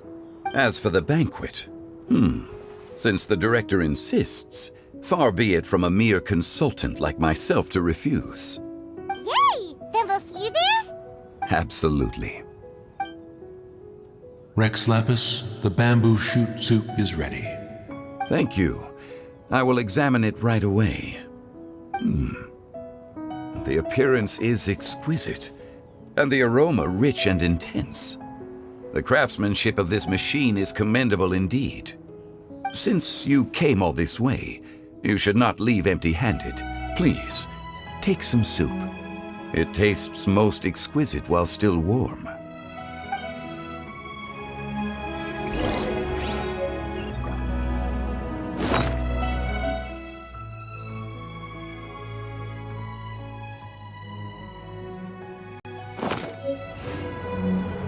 I intend to reminisce with my old friends for a while longer. You ought to get back to Liu Harbor. There is a performance you do not want to miss.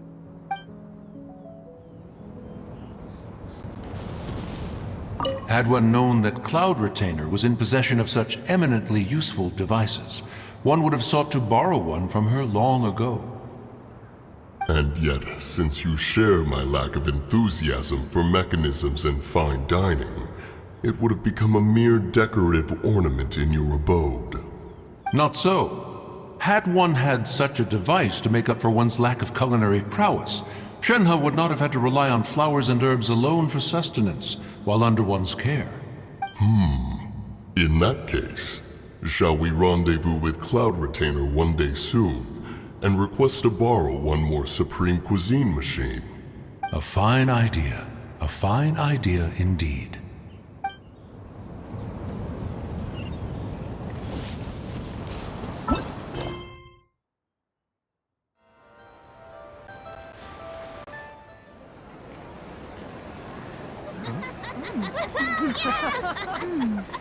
I'm honored to be here on the Iridescence Tour stage.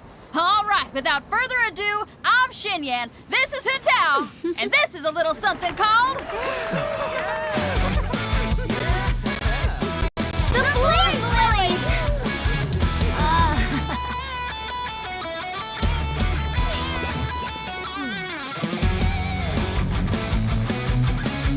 I'm up here blazing trails through the midnight sky, lighting up the world below. And when the crowds all hear my voice, they'll meet the spirit of rock and roll! Let's go!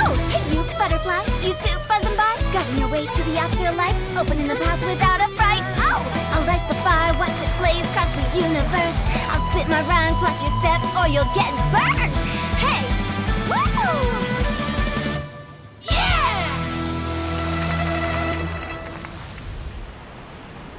Does anyone have any plans tomorrow? With another year behind us, I think we deserve a celebration of our own. My treat. Interested? The Tianquan footing the bill? I can't miss out on that.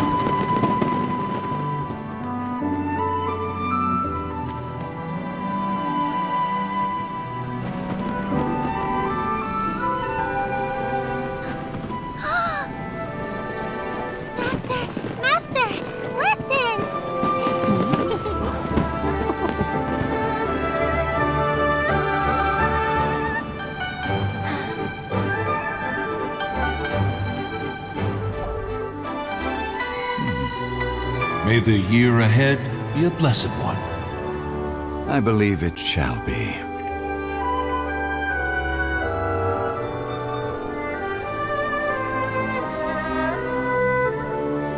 Master, the Xiao Lanterns, Ha! Elementary. One shall fashion for you a Xiao Lantern the likes of which the world has never seen. And you must take it to Liyue Harbor to display its magnificence for all.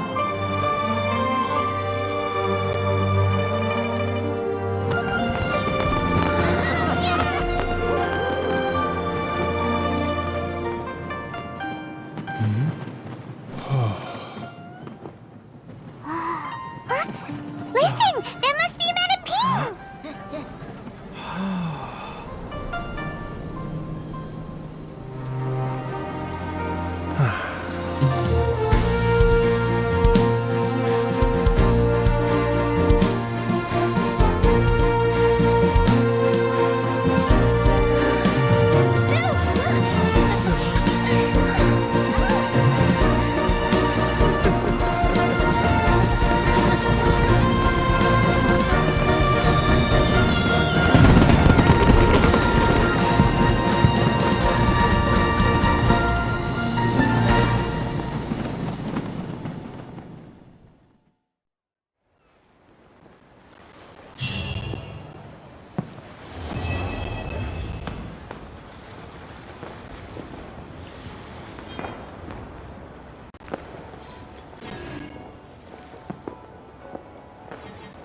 Wow, so lively!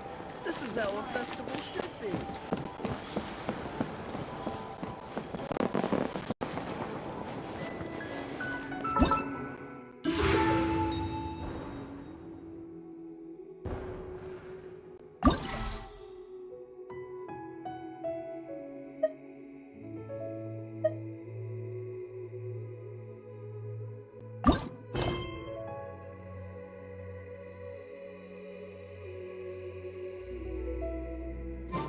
Traveler, hurry! It's almost time for us to join Hotel for dinner!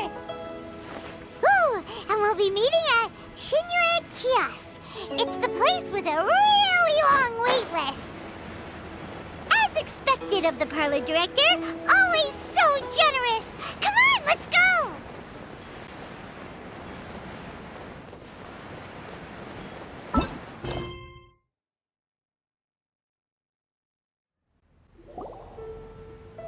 Oh, so that's how it is. Thanks for the suggestions, Mr. Zhongli. I have them all noted down. I've long heard that your knowledge encompasses all things old and new, Mr. Zhongli, but I never knew that you were well versed in the art of cooking, too. It is truly an honor to make your acquaintance. No need for formalities. I too feel humbled to be in the company of such talented young people. There are many things I could learn from you. Oh, you flatter us. If it's possible, may I trouble you to provide a few words of guidance for my practices in exorcism? Exorcism?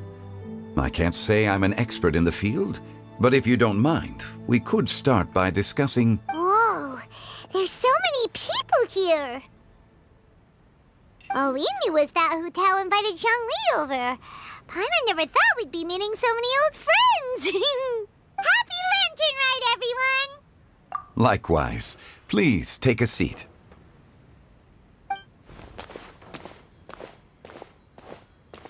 Happy Lantern Rite!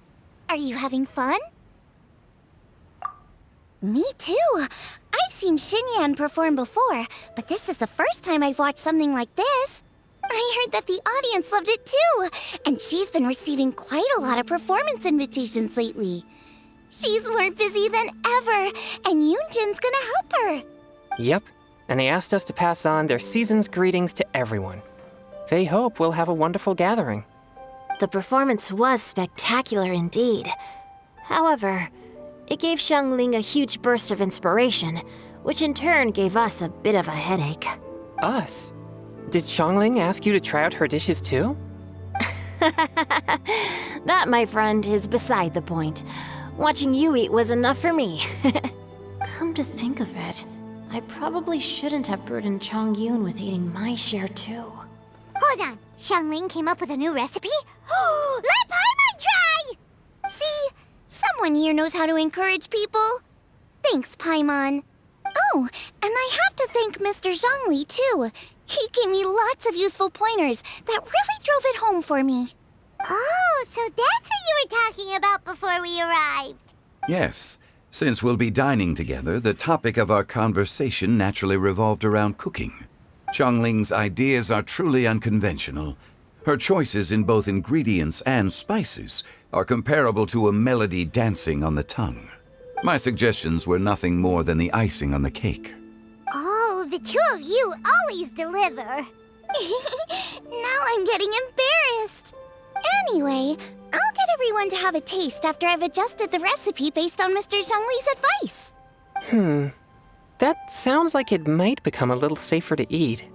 How about I sample the dishes next time? Speaking of eating, Paimon feels like we're missing someone. Oh, Huta was the one who invited us, but she's not here. And where's Guoba? Oh, Guoba volunteered to help Dad at the restaurant. You know, lots of people come over to eat during Lantern Rite. Without Guoba helping out, I probably wouldn't have had the time to accept Hu Tao's invitation. As for Hu Tao... The director went to collect a guest. She asked me to stay here and host you for the time being. Seems like it's almost time. Huh? Hu Tao went to fetch someone in person? Oh, that must mean they are super important. Could it be... Kuching? Ningguang? Or Captain Beto? She didn't clarify. And as her subordinate, I couldn't just pry into the details, could I? Ta-da! We're here! Oh, we're not late to the party, right? Right? Good thing the Conqueror of Demons and I are both as swift as the wind. And whoosh, we made it just in time.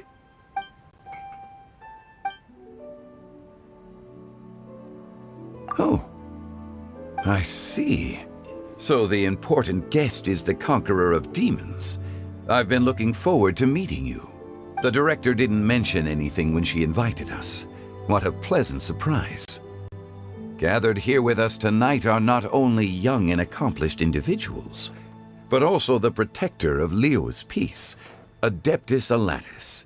To convene here with all of you is indeed a great honor.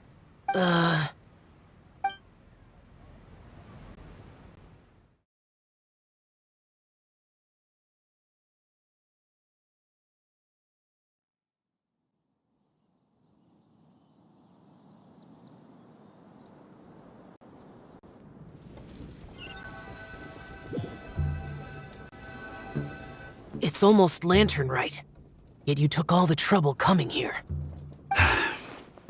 The director has a way of making it difficult to decline. Rex Lapis, may I ask what troubles you? The director asked me to buy sesame oil in preparation for the celebrations. Huh. Then why would you come all the way to Wangshu Inn? I had a pleasant chat with Chef Yanchao and received some spices from him. And, see? Here's some matsutake and a portion of ham. What about the sesame oil? It's a shame. I couldn't find the kind the director was looking for. I'm sure you're exaggerating, Sir. There he goes again. Enough with the pleasantries. Go let our guests take a seat. Everyone here today is well known in their own field and has probably heard about one another to some extent. Some of us are even old acquaintances, so there's no need to be this formal. I heard that the Conqueror of Demons and the Traveler are pretty close, no? Great! You two sit together. You should take a seat too, Director. Oh? Finally remembered me? When we arrived just now, the host at Xinyue Kiosk told me our dishes are almost ready. Perfect timing. Let's not wait any longer and ask them to bring out the food.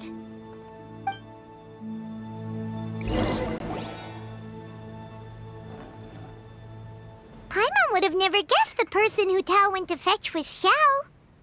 Oh, That's also the first I've heard of the Traveler and Paimon being friends with the Conqueror of Demons. You know Xiao Chu? Knowing is a bit of an overstatement. I've always looked up to him. You might not know this, Paimon, but we exorcists have worked in close collaboration with the Conqueror of Demons for many generations, dispelling evil together, both in the open and from the shadows. Hard to imagine that thanks to Hu Tao, I've finally gotten the chance to meet him. Conqueror of Demons, I'm honored to make your acquaintance. Likewise. It is a great honor indeed to have a chance to meet the legendary Conqueror of Demons. Changyun has brought that name up quite a few times in the past. I remember you mentioning wanting him to understand the importance of exorcists. We know each other too. He helped try my dishes during the Masterful Chef's cook-off. I didn't think we'd have the chance to meet again. Happy Lantern Rite. No anecdote, however, compares to meeting you in person. I'm Xingqiu, Shangling and Changyun's friend. The pleasure is all mine. Whoa, everyone's getting all formal and polite all of a sudden. Paimon doesn't know what she should say anymore. Adeptus Xiao, mighty conqueror of demons, please accept Paimon's greetings too. Belated Happy Lantern Rite. Paimon tried very hard to look for a fancy word, okay? Don't be too harsh on Paimon! There's no need to be so polite. You're right. This was meant to be a nice little get-together between friends after all. Too much formality kills the atmosphere. I didn't plan this gathering only for everyone to walk on eggshells. Hiya. What's your true intention then? A little get-together between friends, sipping the finest tea and watching lanterns float into the sky, bidding farewell to the past and embracing the present with joy. And that is something our consultant would say. I think it deserves a standing ovation. Indeed. Exceptional acting skills, Director. As for me, I'm just here to have fun and treat everyone to something good. We all worked really hard this year, whether traveling or guiding, cooking, helping with the family business, exorcising evil spirits, or conquering demons. And of course, our consultant, who's been helping out at the parlor every now and then. Everyone has done some pretty amazing things. As the one who brought everyone together, it goes without saying that I'm the one most deserving of praise. Huh? Sounds kinda self-important, but Paimon thinks it's pretty amazing that she managed to talk Xiao into coming. He rarely ever enters Liyue Harbor after all. It wasn't as complicated as you think.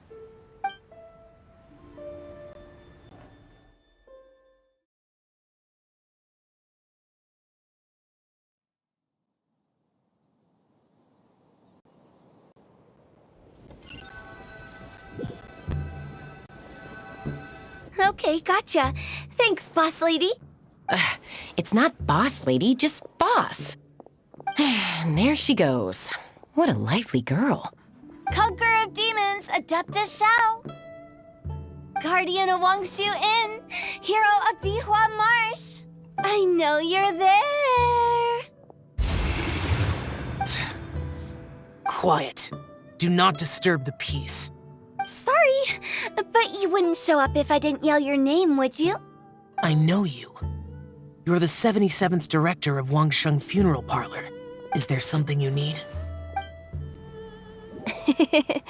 That does sound like one of Hu Tao's antics. Did the Conqueror of Demons agree to come so that Hu Tao would stop pestering him? There might be other reasons. Smart guess. Huh? There's more to it? It gets pretty boring from here on. I talked about the funeral parlor's past relationships with the guardian yakshas. You know, just to be sociable. In the time of the Archon War, disputes were frequent, and disaster overtook the land. Humans couldn't escape from the torment of the plague, nor could they escape death. The Adepti vanquished the demons, the Millelith fought valiantly, and Wangsheng Funeral Parlor was responsible for purifying the diseased and sending off the spirits of the dead. That is how the border between life and death was maintained during the war. and it effectively prevented further incidents from happening. That's right. 1 point for the consultant. But despite our deep-rooted connection, it still took me quite a while to actually convince him. You know him pretty well, huh? This matter is out of my control, so I need to be cautious.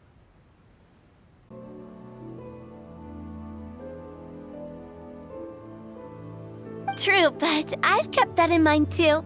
That's why everyone here today is in one way or another acquainted with elemental power.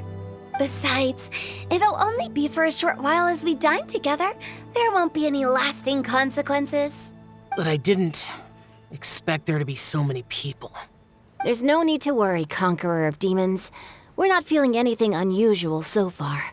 Our young exorcist over here is protected by his pure yang energy, so he's probably the most resilient. That's not the same. And did you just toss your carrots into my bowl? Hey, don't look away. Huh? What? I'm siding with Chongyun. I saw that too. You're lucky Guoba isn't here today. He hates seeing people being picky with their food. If he'd seen that, he'd definitely make you eat all your carrots. Huh? Guoba would do that? Is he that uncompromising? But now that I think of it, Xianglin told me that Guoba used to be the stove god. It sounds like you've heard the rumors. I'm doing fine. Not long ago, before Lantern Rite, I met an old friend. Thanks to his help, things have been a lot more stable than before. Right! Wait, what?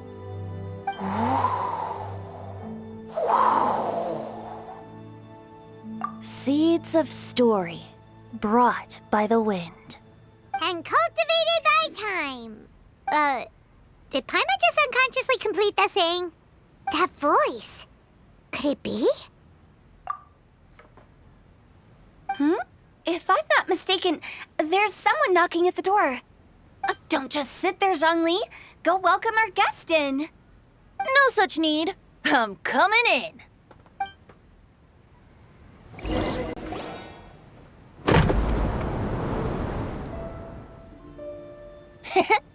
You finally let me in.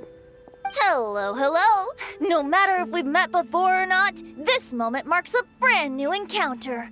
Old friends and new. Happy Lantern Rite.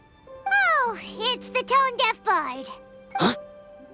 Oh, he seems to carry a valiant breeze wherever he goes. It looks like we're gonna be friends. Fate has brought us together, so come on, take a seat and be my guest. Help yourself. Oh, I'll ask them for another set of cutlery. This young lady here is as bright as a fresh bouquet of flowers in the morning's rising sun. She no doubt is the one with the most authority here. Whoa, these dishes look amazing! Is it really okay for me to join in? All right, I'm digging in. Huh, it's you. Oh, isn't this Genyu? Genyu? Yep. Now that I've taken a closer look, you're a fan of Genyu's works, aren't you? I met Xingqiu at a light novel convention. How I wish we'd met sooner. I never expected that there'd be another person in this world who could interpret Genyu's new novel as thoroughly as I could. Venti, you're being too humble. Considering your poetic talent, your fundamentals are way more impressive. Could this new guest be Master Xingqiu's friend? Yeah! Xiao, you remember me too, right? We had a chat not long ago. Yes. Monsters become more active than usual as we get closer to Lantern Rite. I was patrolling Dihua Marsh a few days ago, when I happened to run into this... You've already forgotten? I'm a bard, remember? And bards go around singing wherever they like. Oh, right. And this bard was performing in Dihua Marsh. It was a moving melody, and it made me feel relaxed and at ease. I couldn't help but stay and listen. Thank you for your patronage. I understand now too. I'm Zhongli, currently working at the Wangsheng Funeral Parlor. It's a pleasure to meet you, new friend. Mm-hmm. And I'm his boss. Oh, and if there's anything unsatisfactory, let me know anytime. That's very considerate of you. Oh? No wonder. Only a boss as savvy and reliable as you would be able to hire such an impressive consultant. Oh, you're too nice, Venti. Not to brag, but our consultant truly is impressive. His knowledge extends across the stars and the land, and there's nothing throughout history that he doesn't know. From the sophisticated way he speaks, it's hard not to suspect that he could very well be an adeptus in disguise. Xiao, you're an adeptus. Do you think it might be possible? Sorry. I'm only good at conquering demons. I'm afraid I don't have much knowledge in that matter. Really? But Paimon thinks you're super knowledgeable. Huh?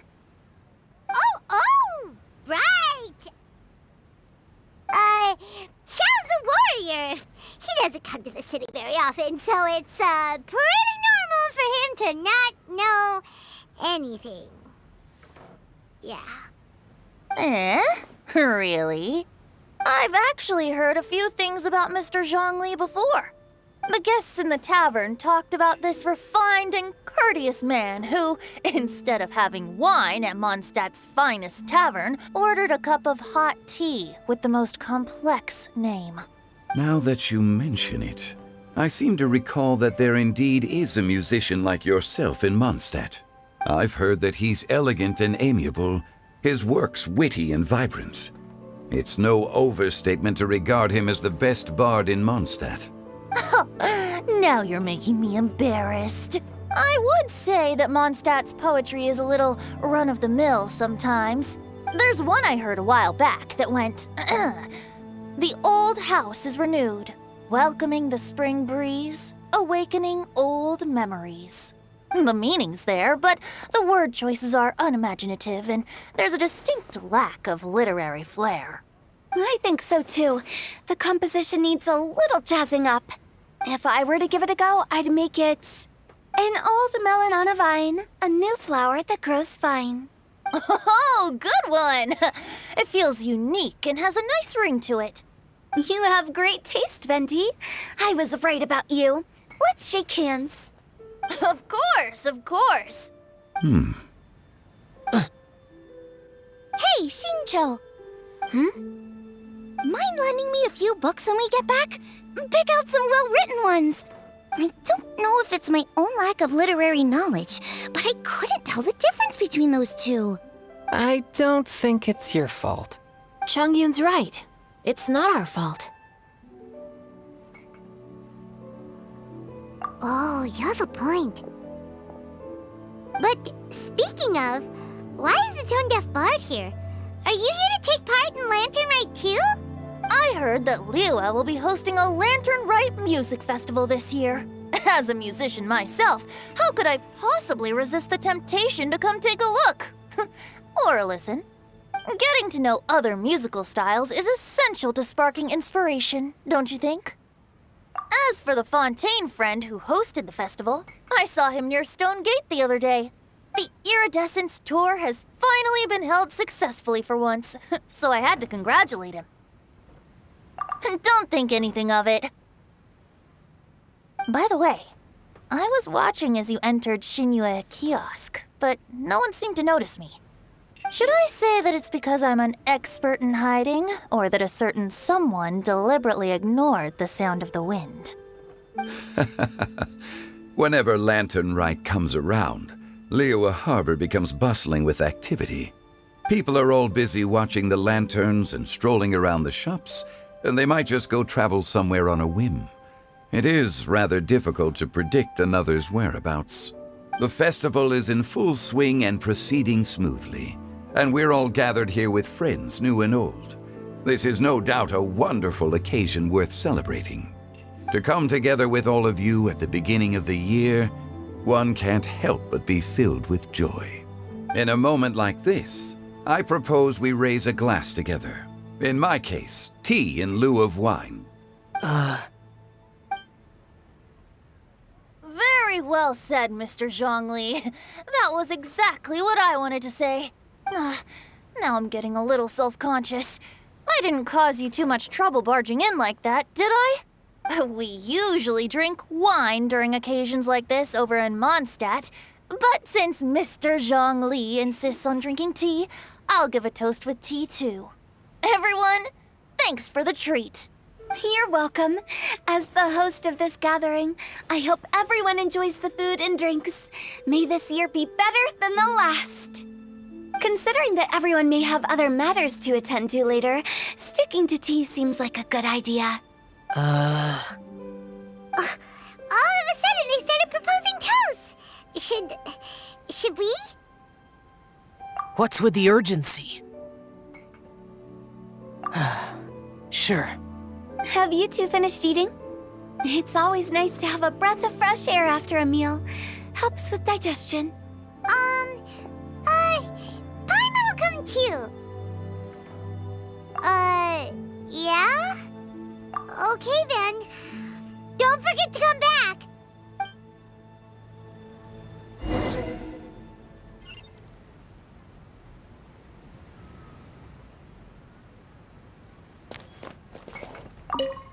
About you and Venti.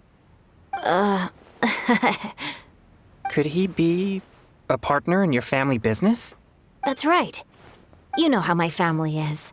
A lot of business secrets can't just be divulged at the dinner table. Ah, just as I thought.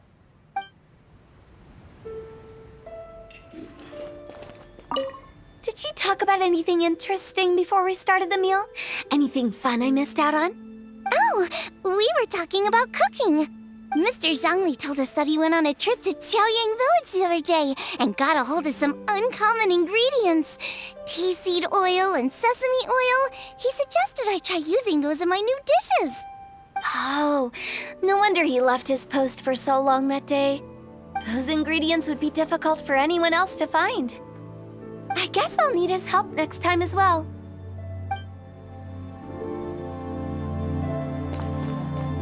You're not allowed to leave Paimon here alone.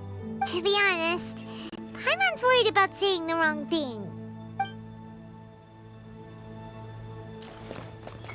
It seems like our new friend is an expert in wine. I deserve no such praise. I only drink for fun. It's nothing compared to your expertise. I'm glad we're only having tea today. What if I got drunk and said something nonsensical? I'd surely become an object of ridicule to someone I've just met. No such thing. I wouldn't dare disrespect the director's guest. Let's depart. You go ahead.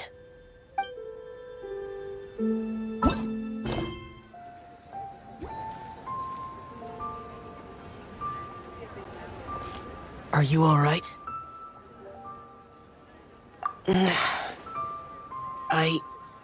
It's hard to describe. It's not that. There were those among the Adepti who loved gatherings and idle chit-chat. Sometimes they would call up a few others for a drink. Even I got dragged along to their gatherings many times. The Adepti all have their specialties, making most of them proud and arrogant.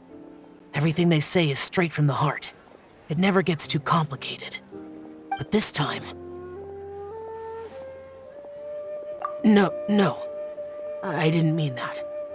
So you know his true identity. I'll get straight to the point then. The Animo Archon is a free spirit, and his temperament is as carefree as the music he plays on the flute. It's easy for a god like him to live in harmony with humans, and that's something I might never be able to do. That does sound like something you would say. No matter. I know my circumstances. Whenever I think of the ordinary conversations I've had with you, it feels strangely novel. Yes, the parlor director went out of her way with the invitation, so it was difficult to turn her down.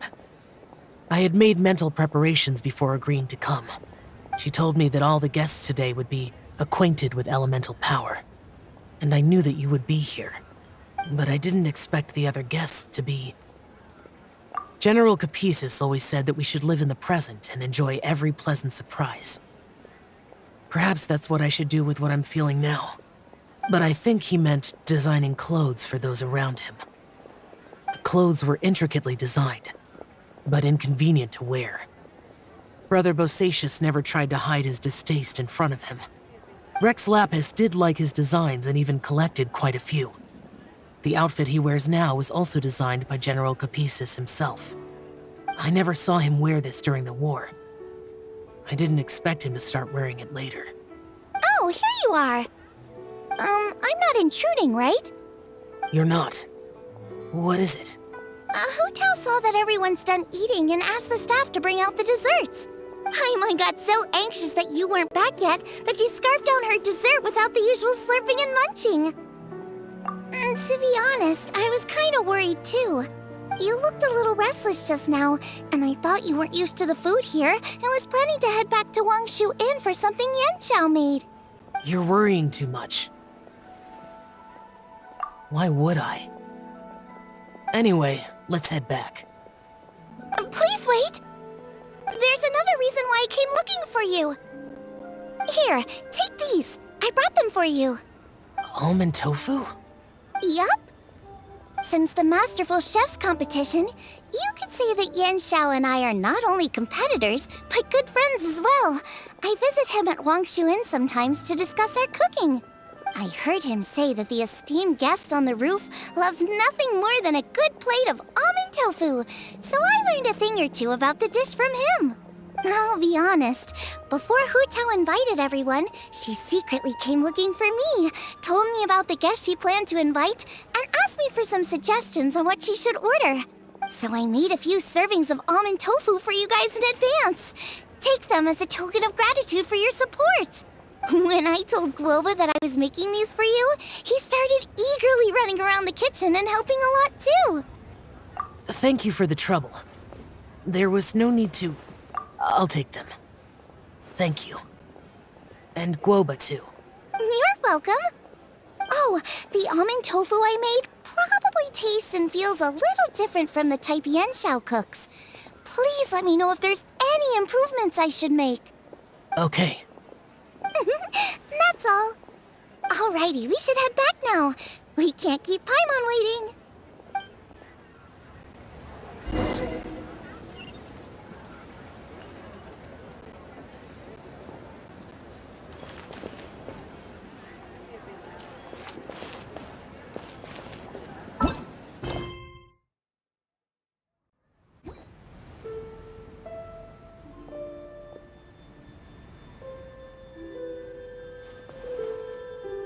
You're finally done whispering secrets to each other? So much for promising Paimon you'll be back soon. How could you say that to Paimon? In that case, besides having no sense of time, Paimon will let you know what having no sense of fullness looks like. Your dessert is all Paimon's. Sorry to keep everyone waiting. No worries, we're all just chatting here. There's no serious business to take care of. Whether we're chatting outside or inside, it's all the same. Paimon's too busy eating to talk to you. But even though we're all well acquainted by now, I think this festive gathering deserves something ceremonious. Oh? Is this some local custom? Nope. This is something I made up so that good luck will be on our side, that's all. Spontaneity is the best choice to make here. Let's use this incense burner on the table. It's been lit for so long now that the incense is running out. I'll leave refilling and lighting the incense to the most distinguished guest among us all. Lighting the incense will signify continuous growth and prosperity in all our endeavors in the new year. I see. Perfect symbolism, as expected of Hu Tao. And speaking of the most distinguished guest here today, I'm sure we all agree that it's Mr. Zhongli. I'm not very familiar with the details of his past deeds, but chatting with him has been a real eye-opener, even for a bard who has traveled all across the world. If knowledge were a form of power, one could even say that you're a wielder of unlimited strength. But when it comes to having a way with words, the notable bard is certainly one cut above the rest. I just happen to have a good memory. It is such an unexceptional skill, yet you made it sound like an unparalleled talent. I am truly impressed. Since we all get to nominate someone...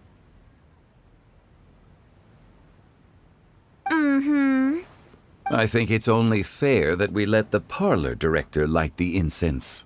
Huh? That won't do. Don't flatter me just because I'm your boss.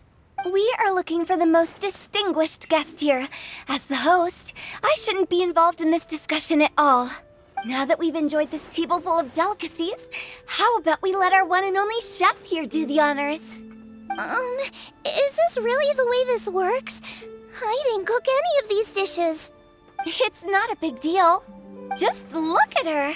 Xiangling, the disciple of an adeptus, the stove god's best companion, the winner of the Masterful Chef's competition. The only heir of the famous One Mean restaurant. A good old friend of mine. There's no better choice. Why does Paimon feel like we're back at square one again? Please stop! You're making me embarrassed. If we're looking for a distinguished guest, surely the second son of the Feyun Commerce Guild counts. It's one of the largest commerce guilds in Liyue Harbor. Huh? Don't get me involved in this. Ooh, not a bad choice. With the Commerce Guild's young master lighting the incense, we're all sure to make a huge sum of mura in the new year. That's not how it works. Making a fortune is indeed a fine wish, but it's of lesser importance than good health and happiness. Which means we should choose Chongyun, the skilled exorcist who keeps everyone's home safe from evil spirits. Huh? Now you're nominating me? I can't be the one when we have the Conqueror of Demons right here. Adeptus Xiao has the most seniority among everyone here today. We should... I refuse. I am most certainly not the most distinguished guest here. You should all be able to make the right judgment based on your observations. One person here is well acquainted with everyone else.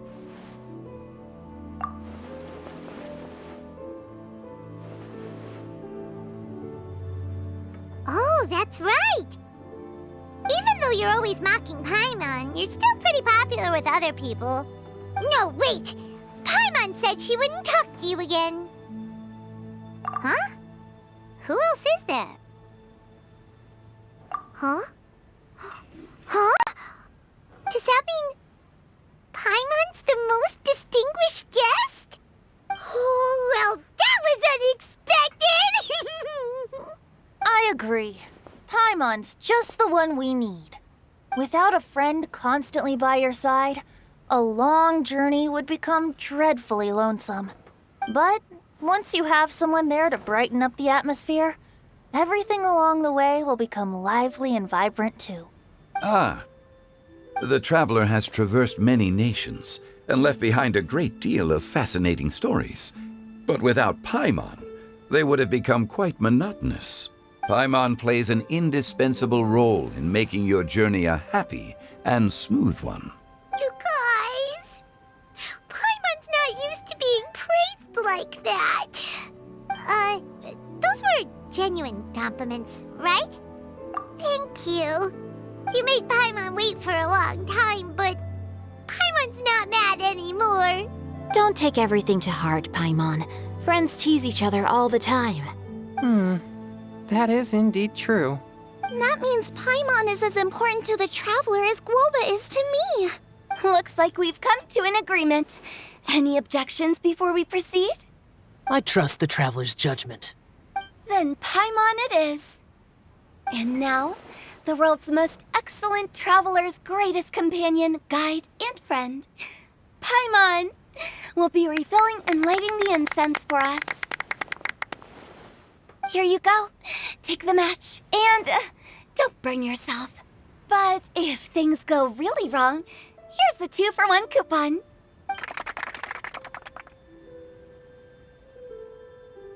It's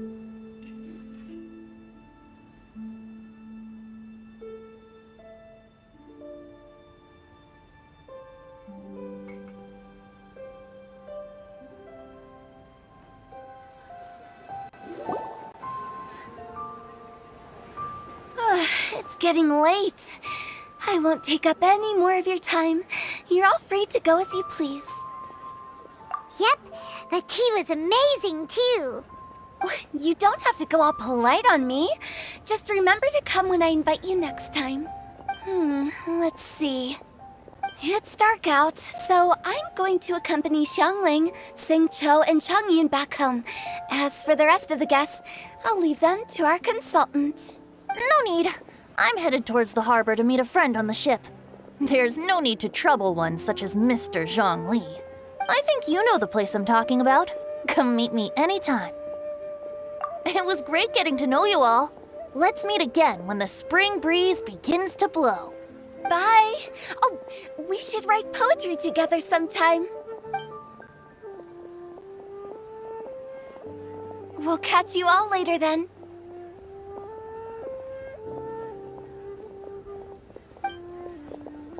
Don't forget to return to the parlor later. There's something I need you to do. Understood. See you later. Well then. Rex Lapis. Just Zhongli will do. I live as a mortal in Liu Harbor now. I am just one among many who begin work at sunrise and retire to rest at sundown. If we were to consider status and seniority as Zhongli, I should be respectfully referring to you as Adeptus Shao. Ugh. Heaven forbid. Not you too. I meant what I said. I heard that during the Lantern Rite Music Festival you conferred with Streetward Rambler and Cloud Retainer. I take it as you've gained a lot more knowledge about the past? The same truth will sound different coming from different people. As more bear witness to a story, feelings and interpretations expand in variety too. I once had a pleasant chat about the past and present with a Sumeru scholar named Soraya, and learned a few things about her research topic. From the evidence she found and the conclusion she made, her area of research is already very close to the truth. But there are multiple sides to humans and gods alike. In the legends recorded by humans, some gods were depicted as arrogant and condescending, while others were kind and capable. But whether to me, Streetward Rambler, Cloud Retainer, or younger adepti such as Shao and Ganyu, those adepti and gods that may seem extraordinary to humans are something more akin to close companions. This was as true back then as it is right now. Just how Shao may seem unapproachable to most, but the Traveler has proved otherwise. So there's no need to dwell too much on certain things. Zhongli, what you're saying is... It looks like you understood what I meant. The director asked me to accompany you on your return, but I don't think you'll need my protection. I'll be taking a walk around and admiring the night scenery. After that, it'll be time for me to go back and meet up with the director. Goodbye for now. Bye, Zhongli! Everyone's gone now. Paimon always feels a little empty inside when a lively celebration ends. But at least you always stay by Paimon's side. No. Paimon got it mixed up. Paimon, the best and most distinguished travel guide, will always stay by your side, Traveler. Good that you were aware of that. Shell, is there anything else you want to do? We could take you on a tour of Liyue Harbor. No need. I've stayed here for much longer than I had expected. The city lights are a fine sight, but it's time for me to leave. The events of today occurred so abruptly. I appreciate your kindness. Okay. I'll see you next time then.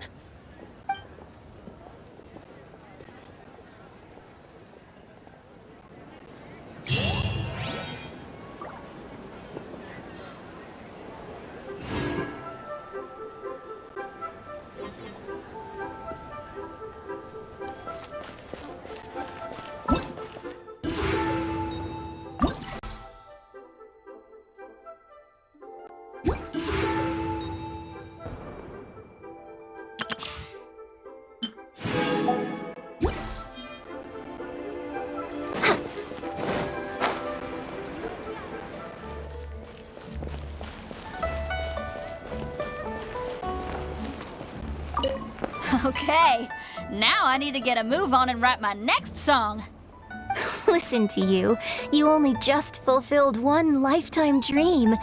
Are you really thinking about your next goal already? Don't try to tell me you ain't the same way. I bet you've already thought up a name for your next opera, haven't you? You know me too well, Xinyan. The Adeptus Seeking Voyage. How does that sound? Oh, man! Yeah, I can already picture it. I've also got just the finishing line for it. I'll close with, "And the celestial melody echoed through the clouds forevermore."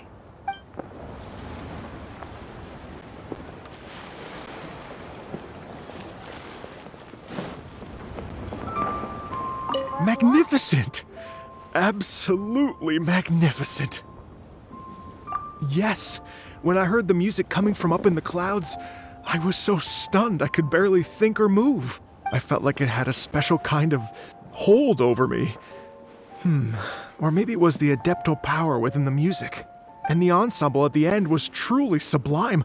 I felt like I would have started to cry if I hadn't been one of the performers on the stage. Magnificent! Absolutely magnificent. Well, Lady Ningguang, the Tianquan of the Liyue Qixing, has invited me to visit her again at Yujing Terrace to discuss a long-term collaboration plan. I do hope everything goes well and that we have more opportunities to collaborate in the future. The next time we have another performance, you'll have to come. I will save the best seat for you. Magnificent! Absolutely magnificent.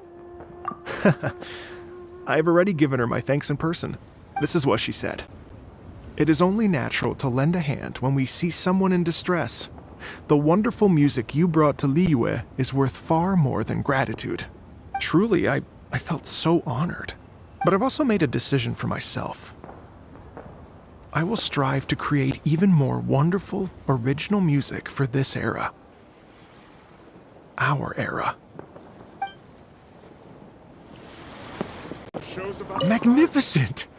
Absolutely magnificent. We couldn't have accomplished all this without you. Please accept my most heartfelt thanks again.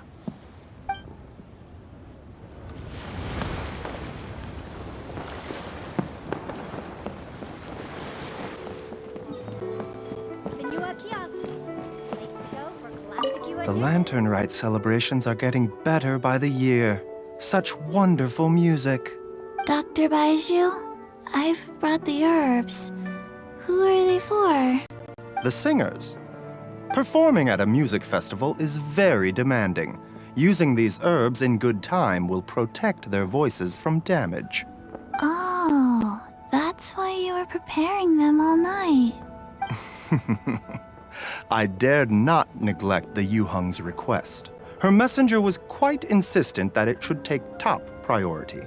Let me double check again. This one is for...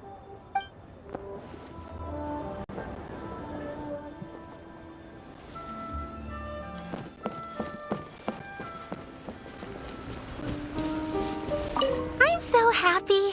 And all the grandmas and grandpas in Qingce village had a great time too. You mean, what am I doing here? Well, just now, I did a performance for everyone.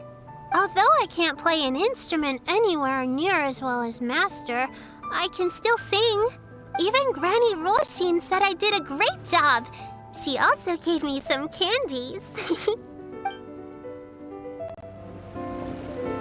I'm so happy. And all the grandmas and grandpas in Qingce village had a great time too.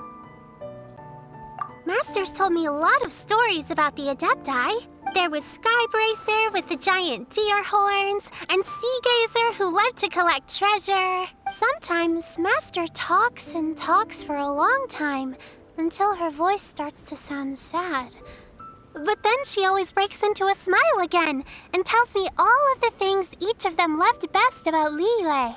I love everything about Liyue. Some of the Adepti are gone now, but it's okay, because I'm gonna help take care of everyone in their stead. I'm so happy. And all the grandmas and grandpas in Chingsha village had a great time too.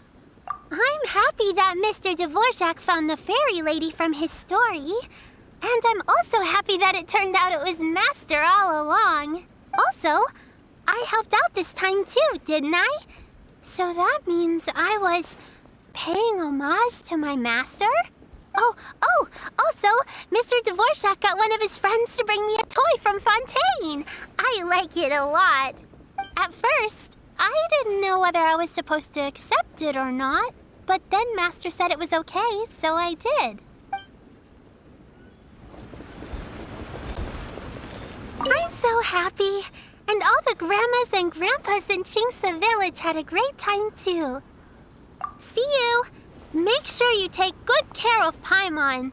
Oh, and please come play with me if you ever have the time.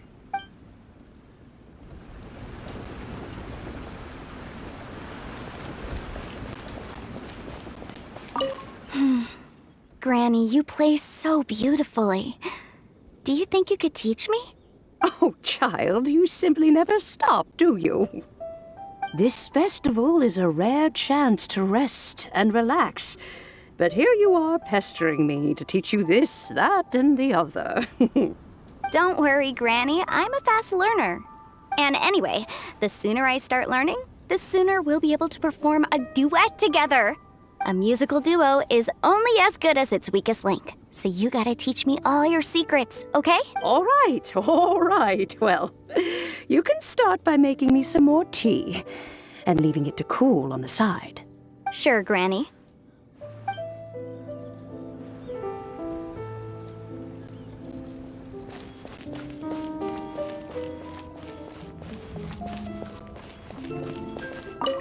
Hey, don't tell me you called me over for just a game of chess.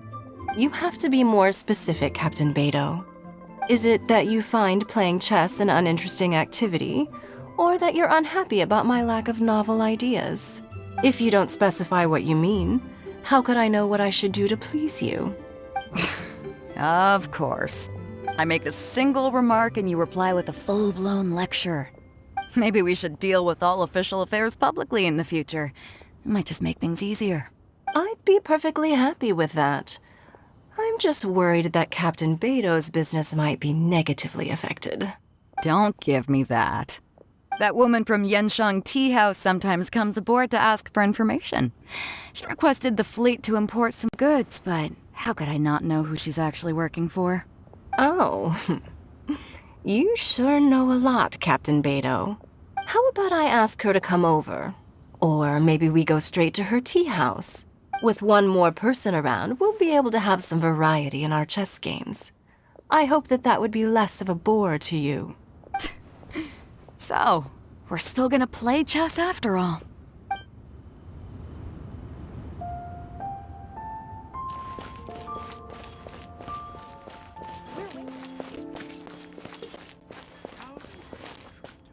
The vegetables are fresh, and there are enough wheats and grains stocked up. I'll pass on the seafood. Oh, it's you. We meet again. Surprised to see me here? It's the director's orders. Xiangling worked all day and night at the restaurant during the festival and didn't get to have any time to enjoy the festivities. The director sent me here to help out in the kitchen so that Xiangling will have some time to herself.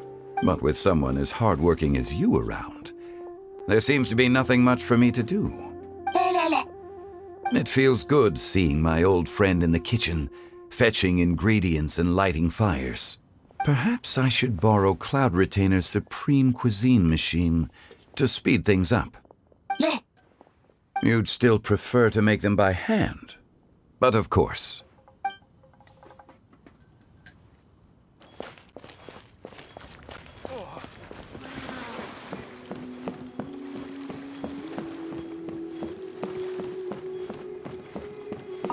This is such a cool ship! Facing the sea breeze and gazing out at the soaring seagulls. Makes me want to sing out loud! Kazuha, how about I stay here and be the ship's resident bard? What are my prospects? With your level of artistic finesse, I'm sure nothing will go wrong. But I'm afraid the sailors aboard are not the most versed in the arts. They probably wouldn't understand the deeper meaning your poetry holds. You can't say that for sure. Poetry is spur-of-the-moment creations. Anyone viewing the same sights and experiencing the same atmosphere would surely understand. There's a port in Mondstadt too, but I rarely get the chance to board any of the ships. Speaking of ships, everything's perfect about this one, except... Kozua, could you tell your captain that my height says nothing of my age? I'm way past drinking age. How often does one get to enjoy a seafood feast on a ship? It'll be a real shame if there isn't anything stronger to enhance the food. Pretty please? There's not much I can do about that. It's not because Captain Beto's not on the ship right now, but because there's no room for negotiation on this matter. Even I have to sit in the no-drinking zone every time. But I don't get drunk after just a few sips. Trust me, I can hold my liquor really well.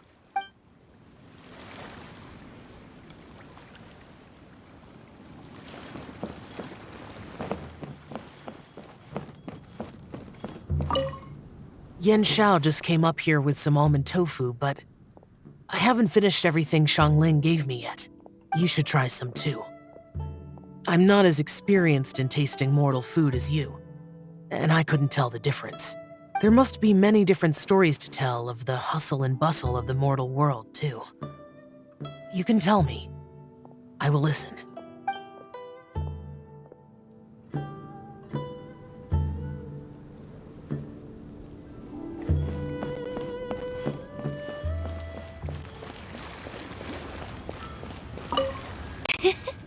Xingqiu, you have to be honest.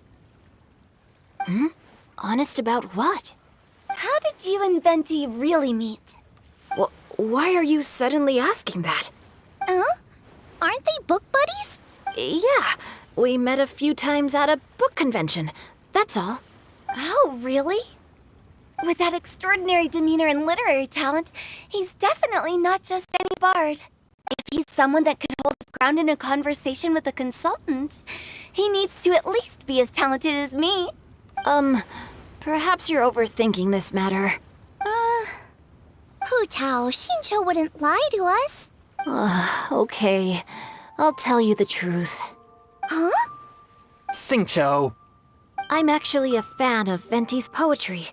You all know that I love reading, and sometimes come across poetry from Mondstadt. Among those works, I admire the ones penned by Venti the most. Just as Hu Tao said, his artistry is the reflection of his personality, remarkable grace and exceptional literary talent. I guess Venti didn't tell you the whole truth back at the restaurant because he didn't want to embarrass me in front of everyone. He's such a considerate person. Yes, right. I can confirm that.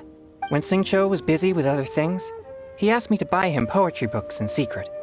I see. That didn't sound like too much of a big deal.